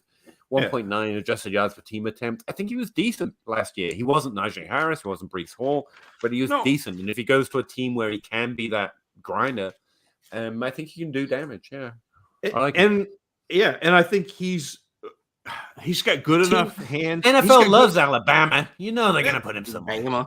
And he's got good enough hands. He's got good enough hands to be viable in the passing game too. So that's one. Yeah. And the other one is not enough people are talking about Eric Ezukanma out of Texas Tech. Probably good reason for that. No, Peter, there's not. No one wants to say the name. Man, maybe that's it. As stupid as me. And then, like, I know that his profile, like, if you look at the raw stats, like, he's like 700 yards, 700 yards, 700 yards. Like, he doesn't look that impressive. I will be dancing if he ends up in the 3rd round, and you know, like he is a people keep pigeonholing him as an X receiver because he can go play that post up, go up and get the ball. But there are like shades of AJ Brown when they slide him inside and he runs a slant route and catches the ball and then adds on 15 or 20 yards because he's just a bully. What was that name again? Yeah, AJ Brown. No. Oh, Eric Ezukanma. Where do you play? Texas Tech. Don't, Russ, you need to forget about this. You're getting sleepy. You are under my command. Forget about Eric Ezukanma. I have to admit, I've got him in tier 8 with the tiers just called nah, bruh. And that's fine. Older version of CJ Johnson. That's what I've written. But what, like watching him play, and again, like he's not. I have him at wide receiver 10. He's not somebody that I'm like going out of my way, but I think you're going to get him in third rounds of rookie drafts, and there's some potential there. Yeah, okay, maybe fourth. I mean, like he may be the fourth round guy. And hot take rookies. If no one shuts up, then I'm just going to have to start saying Drake London's overvalued. Because everyone keeps saying you're undervaluing him. I'm saying I like a lot of this stuff, but you're undervaluing. Okay, well then you're overvaluing him. That's kind of where I'm coming at. I got that one where I had Pickens at 3 and London at 5, and they're like, "Are you too high on Pickens, or are you too low on London?" And I was like, "Yep, getting a lot of them." Like, you know what? I'm gonna flip this. So you don't quit, and I'm gonna tell you, and just bet on variance to make sure, Russ, you can wake up there. But yeah, do I need to snap? Try ready? To have takes. There you go. Russ is awake. So it all seems reasonable to me. I get told when I've got a hot take because they're like, "That's crazy. Evan Ingram is still a tight end. How about that? He's still going to play next year." How dare you? I mean, he's valued like he's not going to get stats. Teams are inquiring about him next year. As a wide receiver. Sorry, bud. Michael, Henry, I can say that name, so I'm gonna. Hey guys, 12-team Superflex tight premium PPR scoring. That's how skilled I am at names. I can say the name Henry. Jonathan Taylor or CD Lamb, Michael Carter, the 110 and the 201. Like, is that all? Okay. Probably Jonathan Taylor. Yeah. That's why it's Jonathan Taylor. Yeah, it's Jonathan Taylor. I'll take the other side. Not me. I'd say I want the CD Lamb side. I do want it, but okay. The right answer is probably Jonathan Taylor, because on top of CD Lamb, you're not really giving up all that much. Pick has got to be higher. Your love for Michael Carter is clouding your vision. Yeah, that's what it is. That's what it is. And like Michael Carter's fine, but he's barely a top 24 running back in points. I know value, but in points. And Jonathan Taylor is going to be a top 3, could be the number 1 again, but he will be a top 3 running back. I realize barring injury. He ain't all that yet. No, he's okay. Tough. No, the value is absolutely Jonathan Taylor. I just have a huge problem paying up for running backs. Yeah, and that's Miami fine. Tight ends, you just won't do it. Got it. Give me Miami tight end to do it. That's the same thing twice. I've done that. So, Michael Carter. I know a guy who's a big fan of yours. 12-team Superflex 1.2 and Jerry Jeudy or Watson and the 201. Deshaun Watson? It's got to be Deshaun Watson. Yeah. I'll take the 102 and Jeudy for that. Like I'm getting a quarterback there in a Superflex, right? Maybe or Brees Hall. Okay. But I think it is close. Like there's his other sentence is, if it's not close either way, what would you add to level it up? Like I think that's close. Close. Yeah. If that's the thing you're targeting, I think you're in the ballpark of an offer. Do you think Jeudy is worth more than the 201 right now? I would rather have Jeudy than the 201. No, I would. I can't answer that question because we really like Jeudy. It seems weird. Again, that's weird that is really liking Jeudy. He's been good. I thought I was under, but if that's what Russ says. Who? What? Dynasty Addict is just answering Joe's question from like 30 minutes ago, even for us. Dynasty Addict is behind us. No, wait. No, that is Russ being the Dynasty Trade Addicts Podcast Network, Peter. I don't get that. I don't know. Me neither. I don't get it. Clearly not his name. That's not his avatar. I don't know what you're talking about. Colin Hoffman. Melvin Gordon's season high in receptions at Washington was 14. JT was 26. Yeah, we don't tend to profile just through raw counts, but yeah, it does happen. JT's receiving was a lot more than that overall. He profiled as a 3-down running back. Melvin Gordon isn't one of those exceptions, so yes. Yeah. Walker is a lot worse. 14 would be great. I would be excited to see 14 receptions on Walker's profile. But both Gordon and JT were better pure runners in general. Yeah, and you don't take Melvin Gordon or Jonathan Taylor off the field when they were young? Well, Jonathan Taylor, though, I was not concerned with his receiving profile. Melvin Gordon, I was, and I stand by being concerned with his receiving profile. 5 passes a season, right? Well, and he's like one of 3 that had that kind of reception, like in the history of the NFL, and then had a 3-down roll. Like, when he and when he started out it was San Diego at the point when he started out. He was in a backfield with Danny Woodhead and was not catching passes until Danny Woodhead got hurt, and they did not have somebody to fill that role. And they were like, all right, Melvin, we're going to throw you the ball. And then he was great. And so they continued to do it. But they did not draft Melvin Gordon to catch passes. I listened to how many years of, one of the best running backs to ever be in the league is just about to improve his receiving totals in frickin' Andre Peterson. Every year there'll be someone saying he's just about. I mean, he's a great athlete. Of course he can catch passes. Of course he can. It's not the question. Yeah, I can catch a ball. I have caught a ball. I swear to God, I'll film it and show you proof that a very below average human can catch a ball. That is not in question.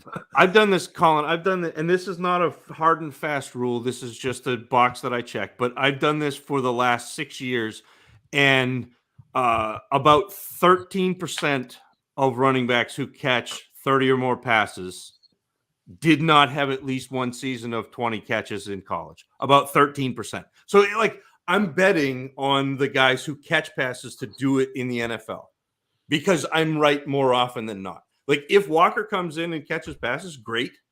But I am betting against that because the odds are the NFL is not drafting him to be a pass catcher. It's not like we wouldn't draft Walker. No, Walker's my running back 3. Like I would guess. Yeah. Joe Meyer, 10-man half-point PPR, 106, 107, 23 first for Javonte Williams. You're paying 3 first for Javonte already. Yeah, this is why it's out.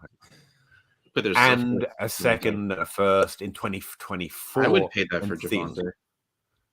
In a 10-man team, in a 10-team league, yeah, I'd pay that for Javonte. Easily. I think that's what... yeah. Really harshing your mellow over there, buddy. Did Peter die? Sounds like he sounds like he's in the process of it.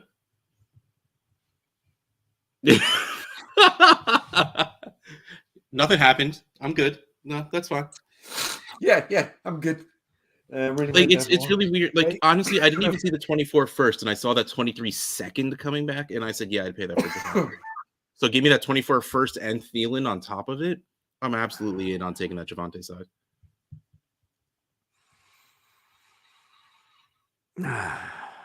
Just say it.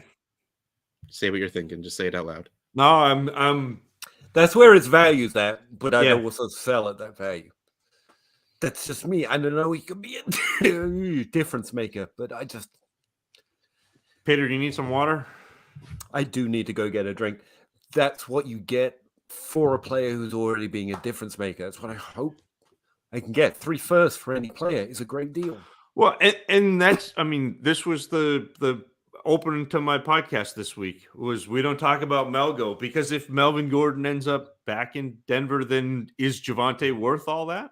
Yeah. You think so? Mm-hmm. Okay. Why? Bringing Melvin Gordon back. I hate you value guys. I hate you value guys. I love you. Bringing Melvin Gordon back makes way too much football sense. He did really well. Chances are he will be pretty cheap, especially making people stay and not go somewhere else usually costs a little less because moving's a pain in the ass. No less moving to a place you don't necessarily want to go. It's just the other place that will give you money. So he belongs on that team. But even towards the end of the season, it seemed like, because I don't know actual numbers because I don't pay enough attention, but it seemed like Javonte was starting to get more and more of the workload. So if you can tell me that we're going to go 60-40 for Javonte instead of 60-40 for Melvin, like it was for at least the first 3 quarters. 50-50. Like they split. Like if you could tell me it goes to 60-40 Javonte, I would absolutely still say Javonte deserves to be that top 5 running back right now. Again, top 5 running back means nothing like it used to, but compared to what we have out there, yeah, that's what you got to pay to go get a top 5 running back, and that's fine. Plus, again, in a 1 QB 10 team league, what's the 106 and 107? Yeah, I mean, I guess that's right. But again, I'm probably taking the 106, 107 and trying to pair those and go up to the 102 or 103. And then all of a sudden I'm a lot happier about this deal where I got a Burks or a Hall or Garrett Wilson, and I'm very happy about it. And I've got a 23 first. I mean, guys, I don't want to break new news on this non-breaking news show, but I'm pretty sure smoking's bad for you. Like, I'm just going to throw that out. Don't worry. Joe breaks that news for you a little later also. He's dead. Okay. What the hell just happened? Peter disappeared. Like, literally. He was there and then he's not.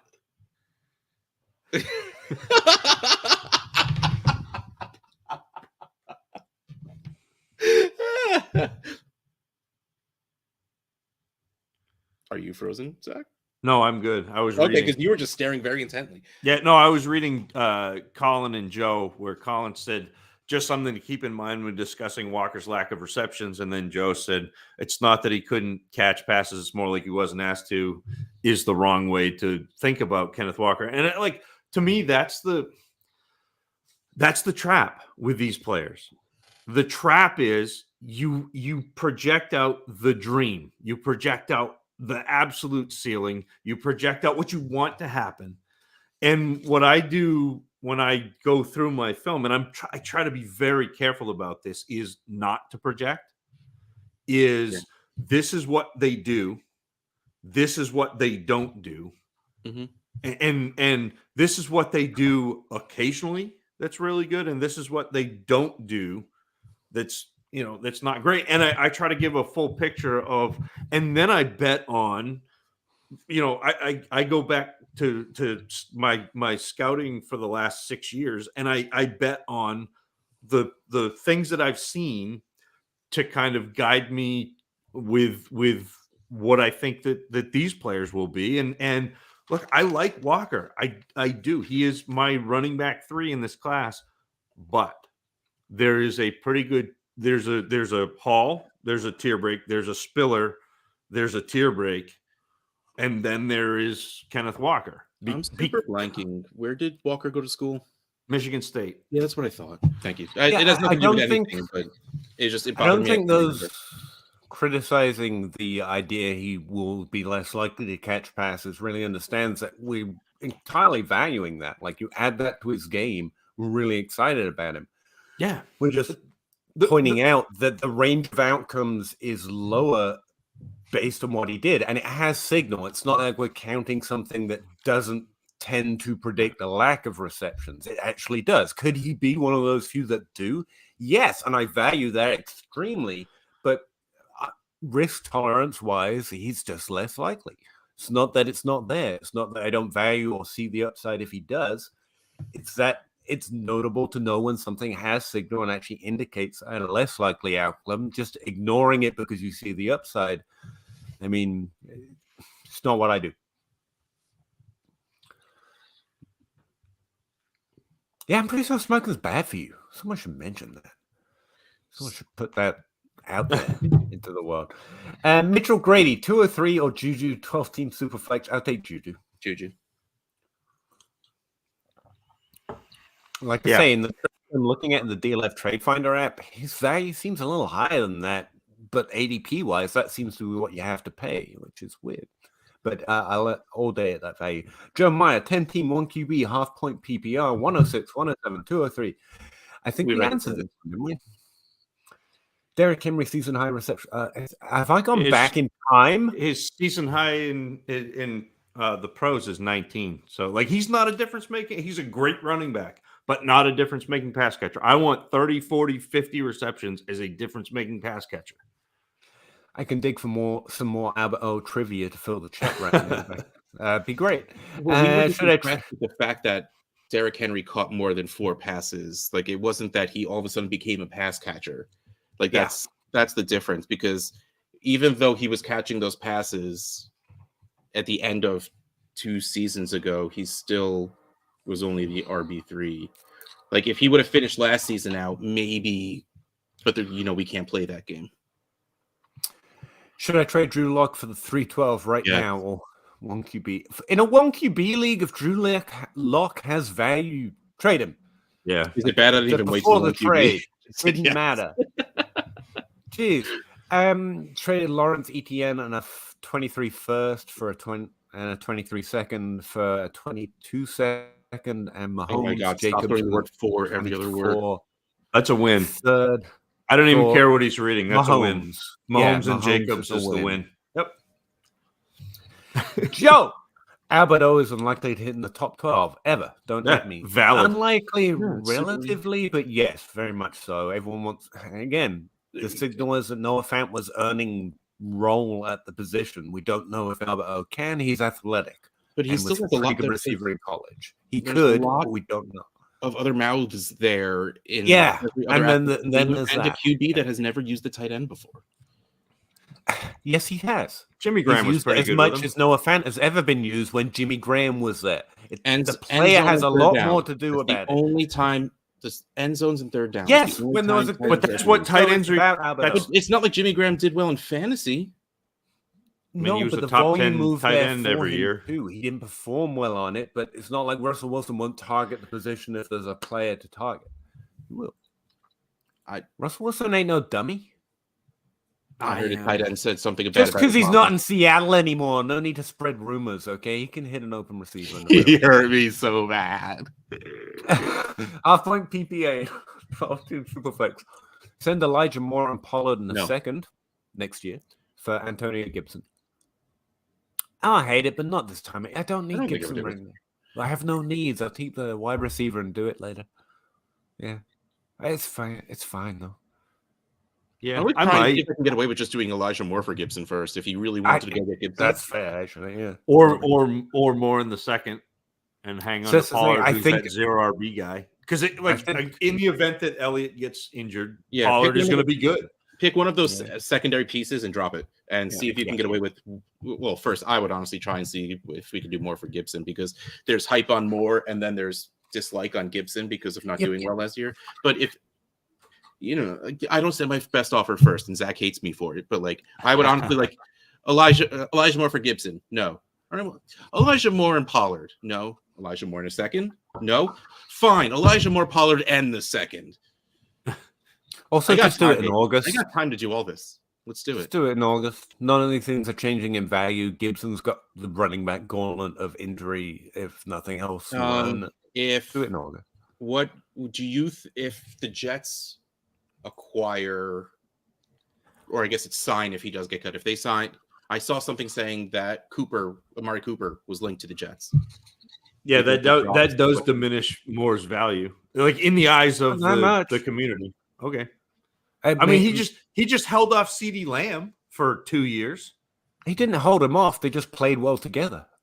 That's what I would expect. But okay. Yeah, but now with all of his vacated targets, Peter, I know that you know that. What's more likely, running back injury or Amari Cooper getting moved to the Jets? I don't know about that. I mean, it's fine. I said it was fine. Leave me alone. But or the Jets draft somebody. They've been linked to Burks. There are ways. That's actually true, right there. There are ways that Moore's value gets tanked here. And again, I have one trade rule, and you're like, no, let me shit all over that right now. Well, no, running backs all. I agree with that, but there are a rule is a rule, but you got to have exceptions. You got to be able to make plays when yes. Yeah. It ain't no law. Joe's saying you sing pretty good, and I agree. But I have a lot of fun with it. That's all that matters. Trevor for the 101. For Breece Hall, I guess in the super flex, yeah. Wow. No, I'd take Lawrence over whoever's going to be the 101. I would. Worth that? I would. Huh? I just don't like him. The Jaguars scare the crap out of me. Did you just ask me if? But okay, so maybe, but I think that the quarterback class is scary. Yeah. Yeah. I take him over Malik Willis. That's what I'm saying. But that's the 101. Yes. Yeah, we did establish that. In the trade analyzer, they are back-to-back. Willis and Lawrence? Well, Lawrence and the 101. Yeah. Okay. Thoughts on Allen Robinson? We talked about him a little earlier, obviously long before you posted. At this point, it was way right earlier. after you posted this. And we think he's a really interesting value this year. Second round pick. Take him. Yeah. No problem. Thanks for your package too. Wait. Richard Davis, how many dynasty leagues would you recommend before they become unmanageable? That's actually a good question and also a funny question. Yeah, that's fair too. I have a number though. If you guys have one, like I'm real comfortable around 5 to 7. More than that, and I start to feel a little overwhelmed with the waiver wire. Yeah, you use the waiver wire. When I love undrafted free agents. Of course, I use them. When I first started and had one child. What are we doing, Peter? Putting background music on. Carry on.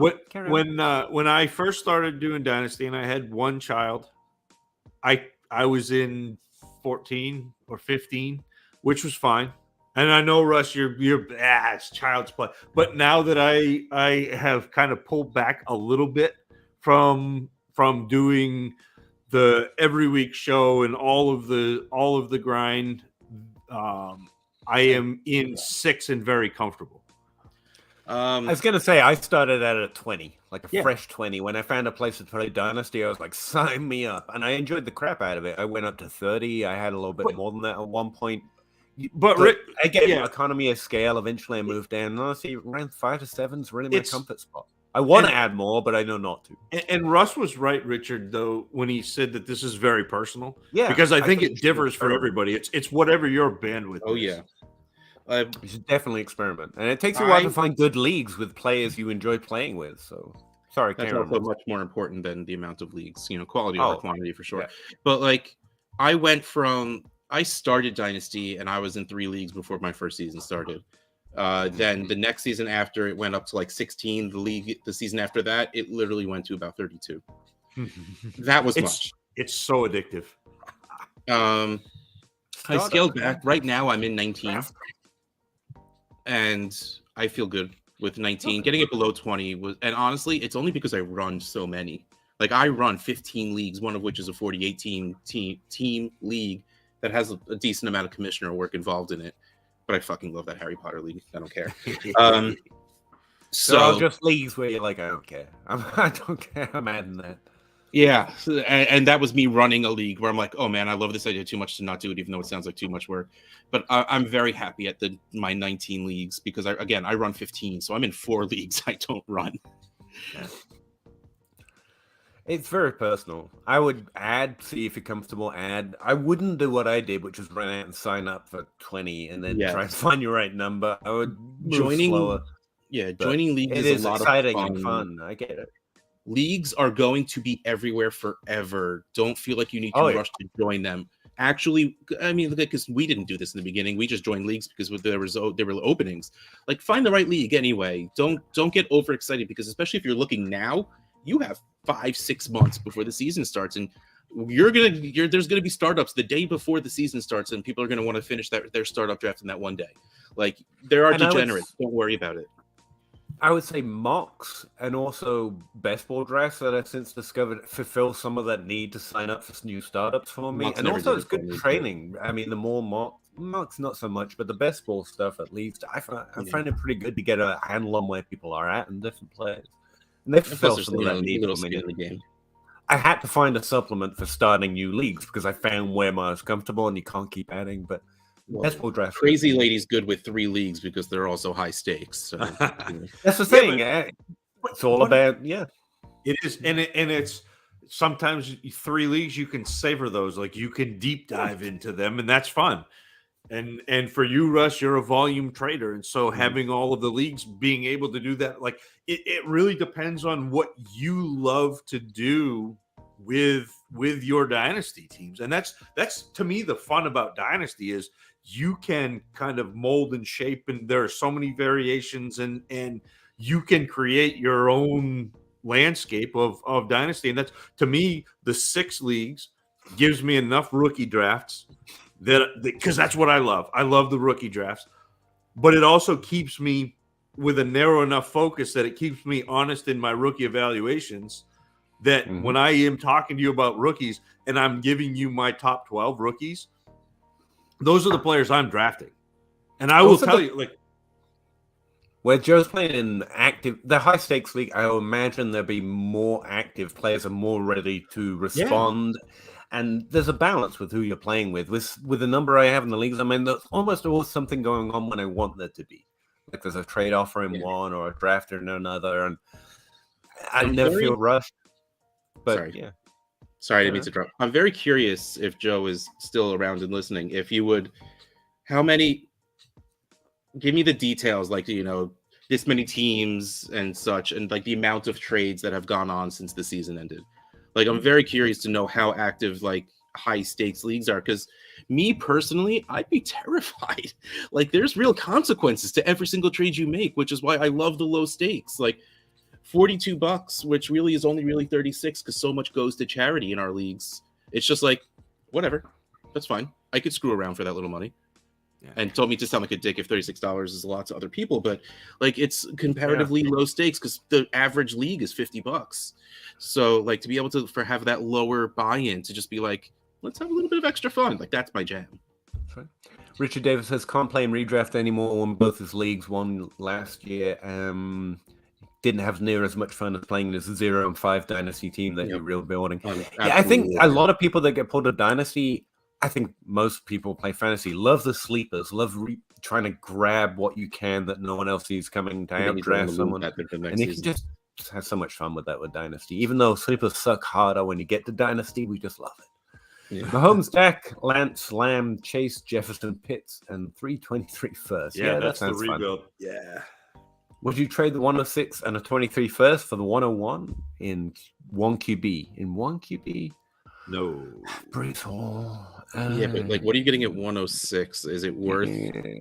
Like, let's pretend that this is his 106, and he will probably get a better team by getting Brees Hall on there. Again, we are very hypothetically and very rose-colored hypothetically putting this together. I think Brees Hall is worth more than 1 first next year. So yeah. But in this situation, what I'm trying to do is trade to the 103 and give up less and get a player that I'm still excited about. Like, you are.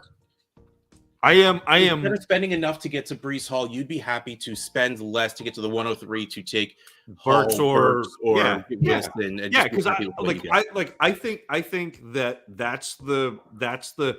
I still value Hall and Burks. Like, Hall is in a tier by himself, Burks is in a tier by himself, and then Wilson. But I still think those 3 are the players that I'm really excited about having. Okay, I like that idea. So and I think the 101 carries some gravitas. Like, that's a thing. Everybody want, and so you're gonna have to pay up for that. I think that if you offered a second and the 106, you might be able to get to the 103.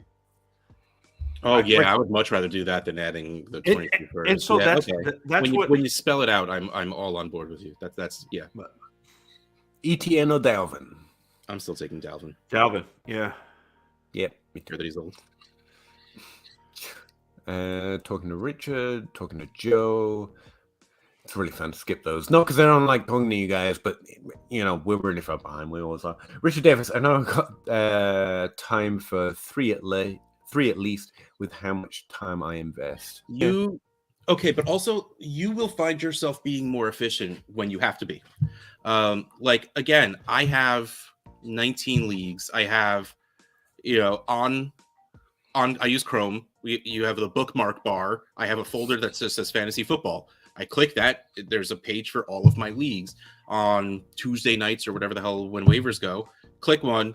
Players, like, I know, my hands know, muscle memory, how to get to the free agent list. Who's there? You become very familiar with MFL. Click, click. Like, you just like, and you'll find yourself going faster. Again, you'll never know your sweet spot until you go past it. Like, you're like, nope, I screwed up, everybody. And then you take a step back and then you feel better about it. That's how you find it. So, and honestly, the waivers aren't too important in Dynasty. They're a little important, but they're not too important. They're underrated, but they're not too important. That's the real test of time. I was going to say, everyone develops their own. When I was in what I think is too many leagues for me, in season I would always change up the bookmarks to the waiver wire page because I knew that's what I'd be rushing to get done. For example, I never thought of that. That's brilliant. Yeah. It saved me a lot of time. That's actually, click.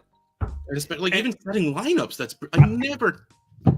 Yeah, I would switch it between the two. Yeah. I'm so glad I talked to you, Peter. Joe's complimenting Joe's skillful management of his rosters, which seems fair, actually. We got a lot of sharp Joes in the chat. Tyler Reeves, he wants Mac, Curtis Samuel for Lance. Plus future Lance picks? Plus future picks? Or like adding future picks to Lance? Oh, I think he's talking about Mac, Curtis Samuel, and a 24 first for Lance. And a 24 first for Lance. I would do that. That's close. That's 24 first. I don't care. I would do that. Yeah, and it literally nothing. Again, like as well as Mac played this year, his ceiling is a QB2. Mm-hmm. Like he's a QB2. Lance's ceiling is top 5. I would easily put a 24 first in there just to go get Lance. Because if anything, again, 24 first, in my leagues, I would do it because that's more fun. Yeah, and again, like that's not discounting the risk with Lance, but there is a ceiling. Yeah, but like, I don't think Mac Jones in a 24 first is that high of a price to pay for that risk reward factor. Keep De'Ami Brown. You are keeping De'Ami Brown. We got a money question. Brown. We got a money question with a money question in it. Quiz Watkins or De'Ami Brown? Yeah, it's De'Ami Brown, man. Quiz Watkins who? Like, no. I mean, De'Ami Brown's a rough keeper right now, but he's a keeper over someone like Quiz Watkins. For me, easily. Zach? Yeah. No, I'm with you. I like De'Ami. That was easy. Thank you. Joe Herbert, I have played in the industry. I think she's talking back to Joe here. I don't want to listen in too much. Reminder of the channel, drop a like and subscribe. Thank you, Richard. I always forget to say that. Go live. Nice. Wait, talking to Joe. This is awesome. Not yet any. Oh, no. Talking. How you guys doing? You should be a guest on with Peter's show and talk about rookies. She's trying to book guests for me. I appreciate it. Executive producer, Joe. Jake is out. Joe is in. I need some organization. Dan C, how do you value 101 in one quarterback, 14-team leagues? Like you have a top 12 running back on your roster, at least. I would try and send the 106 and the in a 14-team league, would you send the 106 and the 23 first to go get Hall? Yeah, that 23 first just being random, kind of. Yeah, don't you think? Yeah, I guess. Yeah, you talk to me. 14, I guess. I still like the idea of moving up to 103 rather than give up my 23 first. Like that's my play with that. Is I'm trying to go get the pick that I value the same or similarly for less because other people don't value that as highly. I'm curious. I'm really, really curious because pick is always worth more than the player. Like, I'm curious what Breece Hall's trade value is going to be, assuming he goes to a team that actually needs a running back. Like, he goes to a decent spot. I'm very curious to know what his trade value is going to be like. I want him so bad in Miami. Yeah. That would just like, I think is that the best spot right now, you think? I don't know. They just re-signed Miami's Salvan Ahmed, so Miles Gaskin. Anyway, talking. Peter, stop smoking. Yeah, valid. Absolutely, Joe. Probably the smartest thing that's been said tonight. That's fair. Also, this is when you disappear, though. So, that's that. I don't know what happened. You were there, and then you just I let the technology out amazing. See, what you don't know is all English people are Harry Potter, and he has the visibility cloak that he just threw on top of him. I meant to keep that a secret. I'm sorry, I let that go. Chris Allen, sure, a fine trio of fellas right here. Love Chris. I can't wait to give him a hug in August. 2 hours. Last night's Trade Addicts went over 2 hours with Chris. We're over 2 hours. Why'd you like them better than us? We're over 2 hours. We do things. Yeah, but mine is not a live stream where we take questions from the crowd. Fair. 101, 108, 23 first, ETN for JT. No, I can't do that. That seems like a lot for JT. That's 3 first at ETN. Why not for JT? Oh, the value's there. I think I keep the first. Yeah, I'd take the picks and the ETN and trade ETN later for somebody that's close. Where would you look to add a few more quality leagues? Just in a home league where everyone's new? Well, that's a great league to be in, to be honest. Check out the DLF Trade Forum, not Trade Forum. I've got rest in my head. DLF Forum's a pretty good place. Check out Scott Fish's Safe Leagues. Honestly, the real answer, just look on Twitter. I mean, throw me tweet it out and tag me in it at Dynasty Outhouse. And we'll share. And I'll retweet it, and I'm...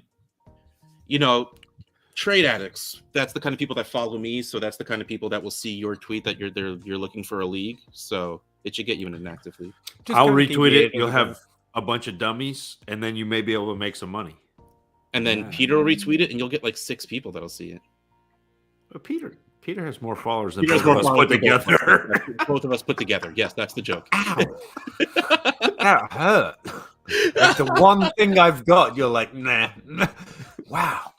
Best ball, I feel, is the way to go for redraft and to get the draft itch out. Yeah, I think that's fair. I agree. I would recommend, I know we poo-pooed mocks a little bit, but they are good, and it is good to get an idea of value. Andy Eskridge has a site, retweeted it recently, or just check out Andy Eskridge on Twitter, where you can mock draft against a computer, but it's actually a pretty neat algorithm that creates a really interesting mock field, and you can just keep mocking, and it's pretty cool. And also Andy's building some good tools over there. DLF's building one, but it's not ready yet. The Dynasty Time Machine, Russ. That's another song that I've got. It seems obscene that we were keen on Adam Shaheen and Ladarius Green. That's the one. I mean, I listen to that every week. I love that. That's actually one of my favorite intros that I've ever done, though. T to the I to the M to the E, M A to the CHINE. The Dynasty Time Machine coming at you. Do you ever get sad when you look back at your podcast and are not dating anymore? Because I've liked and subscribed to so many, and some are just dead in the water, and it's sad. I always love, because we are so intermittent with the Dynasty Dummies. Like, we did, I think, 9 shows in 2021. And then when we came back and started doing rookie shows, I got like 6 or 7 or 8 DMs that are like, "Are you guys back?" Like, never maybe. Depends how many times you listen down. Really. I saw earlier Mac Jones had less points per game than Emmanuel Sanders' rookie season. Well, just steal my heart. I don't.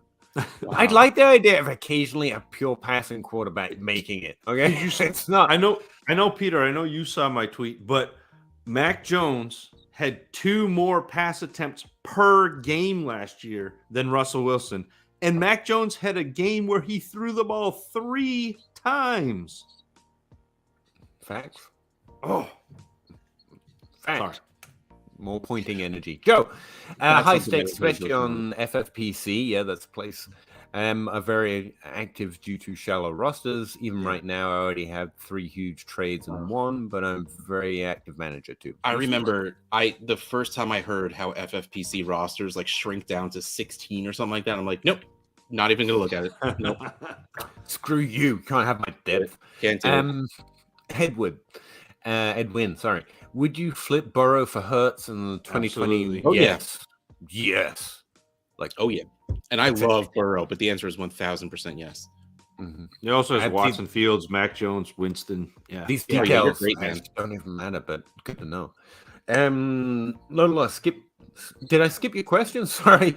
What is your favorite thing about Dynasty? The people I play with. I absolutely hate to sound like a damn greeting card, but that's these guys. It's trading, baby. Fun. Yeah, that's fair. Rookie season. We can dream from the end of the Super Bowl until April. We can dream. I mean, you're dreaming until the ball is snapped. I mean, in preseason. No, the dream dies. Hakeem Butler, 6th round. The dream dies. Yeah, we dream until April, and Hey, what I like the fact that you can actually get excited and enjoy thinking about fantasy instead of the NFL. And like you can do so much more of that in Dynasty, just thinking about what other people are gonna do and where they're gonna move, and because we keep the same rosters, it's always relevant.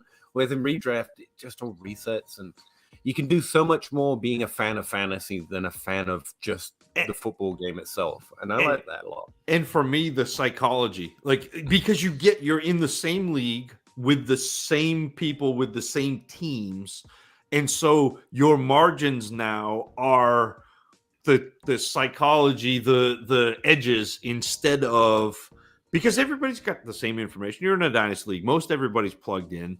It's a little that extra leap beyond redraft, and so you've got there.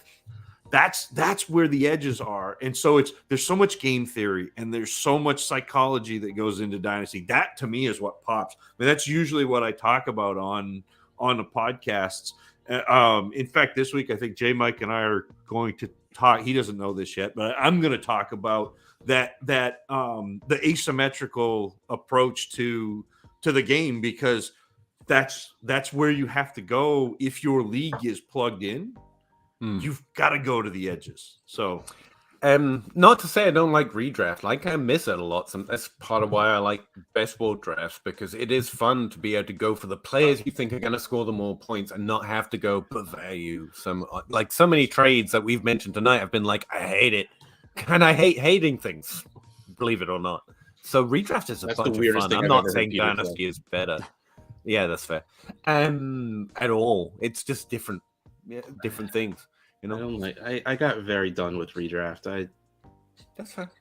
I'm into so here's what I do with redraft. I play charity leagues for redraft, and then I don't have to worry about it because I'm not trying to win anything. I've already done my good deed. I played in the Scott Fish Bowl. I played in like 5 or 6 redraft charity leagues, and I love those eliminators.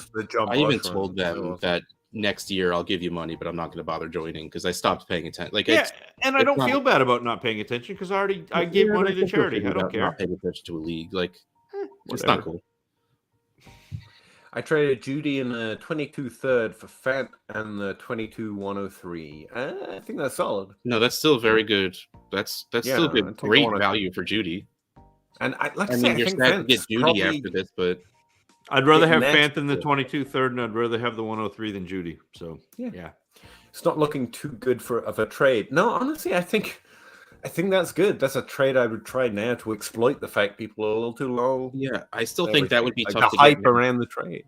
Like just getting the 103 for Judy, pretty much.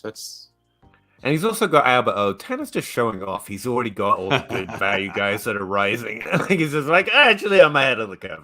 But, it does sound bad right now. I think some people might feel that way. But no, you get. I'd rather have your side, Tanner. See, Weaves knows. He's been in here for years. He knows that. Appreciate it, Weaves. Dan C., thanks for the input. No problem. He's the one who asked about the quarterback in the 14-team league, I believe. Mm-hmm. Yeah. How do you value the 101 in a 14-team league? Yeah, I think we caught up. We cleared the board. I like this background music. I don't care what you say. I think it slaps. It's way too cool for the three of us, though. It definitely is. Everything is. Anything you guys want to talk about? That we were keen on Ashton Heen and the Darius Green. Let's travel back in time to unravel the scene. We get it. Check it out while the pod redreams. JT 103. Maybe you would see me trading back in Superflex and snag a QB. Got hindsight now to unravel the past. Oh, sorry. What do you mean? Sorry. Keep going. Damn it. We were just now observing and admiring. No, I appreciate you guys. It's always fun. You make my Wednesdays and my week worth it. And absolutely, you in the chat, but also Zach and Russ. Pretty awesome. I really appreciate it. bars. No, you're thinking of Gabe. Gabe at the open bar. He's the one who spits hot fire. Gabe. I miss that man so much. Yes. He's in the process of having twins, though. Twins, yeah. He ain't coming back anytime soon. Tanner, I think we've all decided to trade Michael Pittman. Honestly, that's my hot analysis. I haven't let that out of the bag much, but I think Wentz is a solid quarterback. I think it's good for Terry McLaurin. Honestly, I'm kind of excited about it. Yeah, but he has Michael Pittman. Feed Gibson, but who? I said, but that guy. He has Michael Pittman. What? It's not going to be good for Michael Pittman. I don't know. Okay. Thanks for that. No problem. Appreciate it. Yeah, Zach spitting bars again. Just won't stop singing, Willie. Appreciate it. No matter how much you ask him to, he doesn't. Trust me. No, it's like pulling teeth to getting them to not sing. You wait till the look on Kyle's face when we do 16 hours straight of Dynasty Dummies Open on Is the way to he coming Canton. back yet? No, he's retired, but he is coming to Canton. I am picking him up at 4 a.m. I am driving to New Jersey. I'm picking up Russ and Rocky, and then I am driving to Canton, Ohio, and we are descending upon the Hall of Fame. How do you all have this many certain plans for like 3 months in advance? Like, I don't because what I'm doing tomorrow. Because it sells out so quickly that we needed to, Peter. I have 2 tickets now because no one believes that I was going to even go that far. But I have a ticket. I just, gotta find a way there. Talk to Rocky. See if you guys can hotel. Like he was looking for some. I don't know if he's still looking for something. But we're still live. Am I doing this live? What are we are doing this live. Look over there. I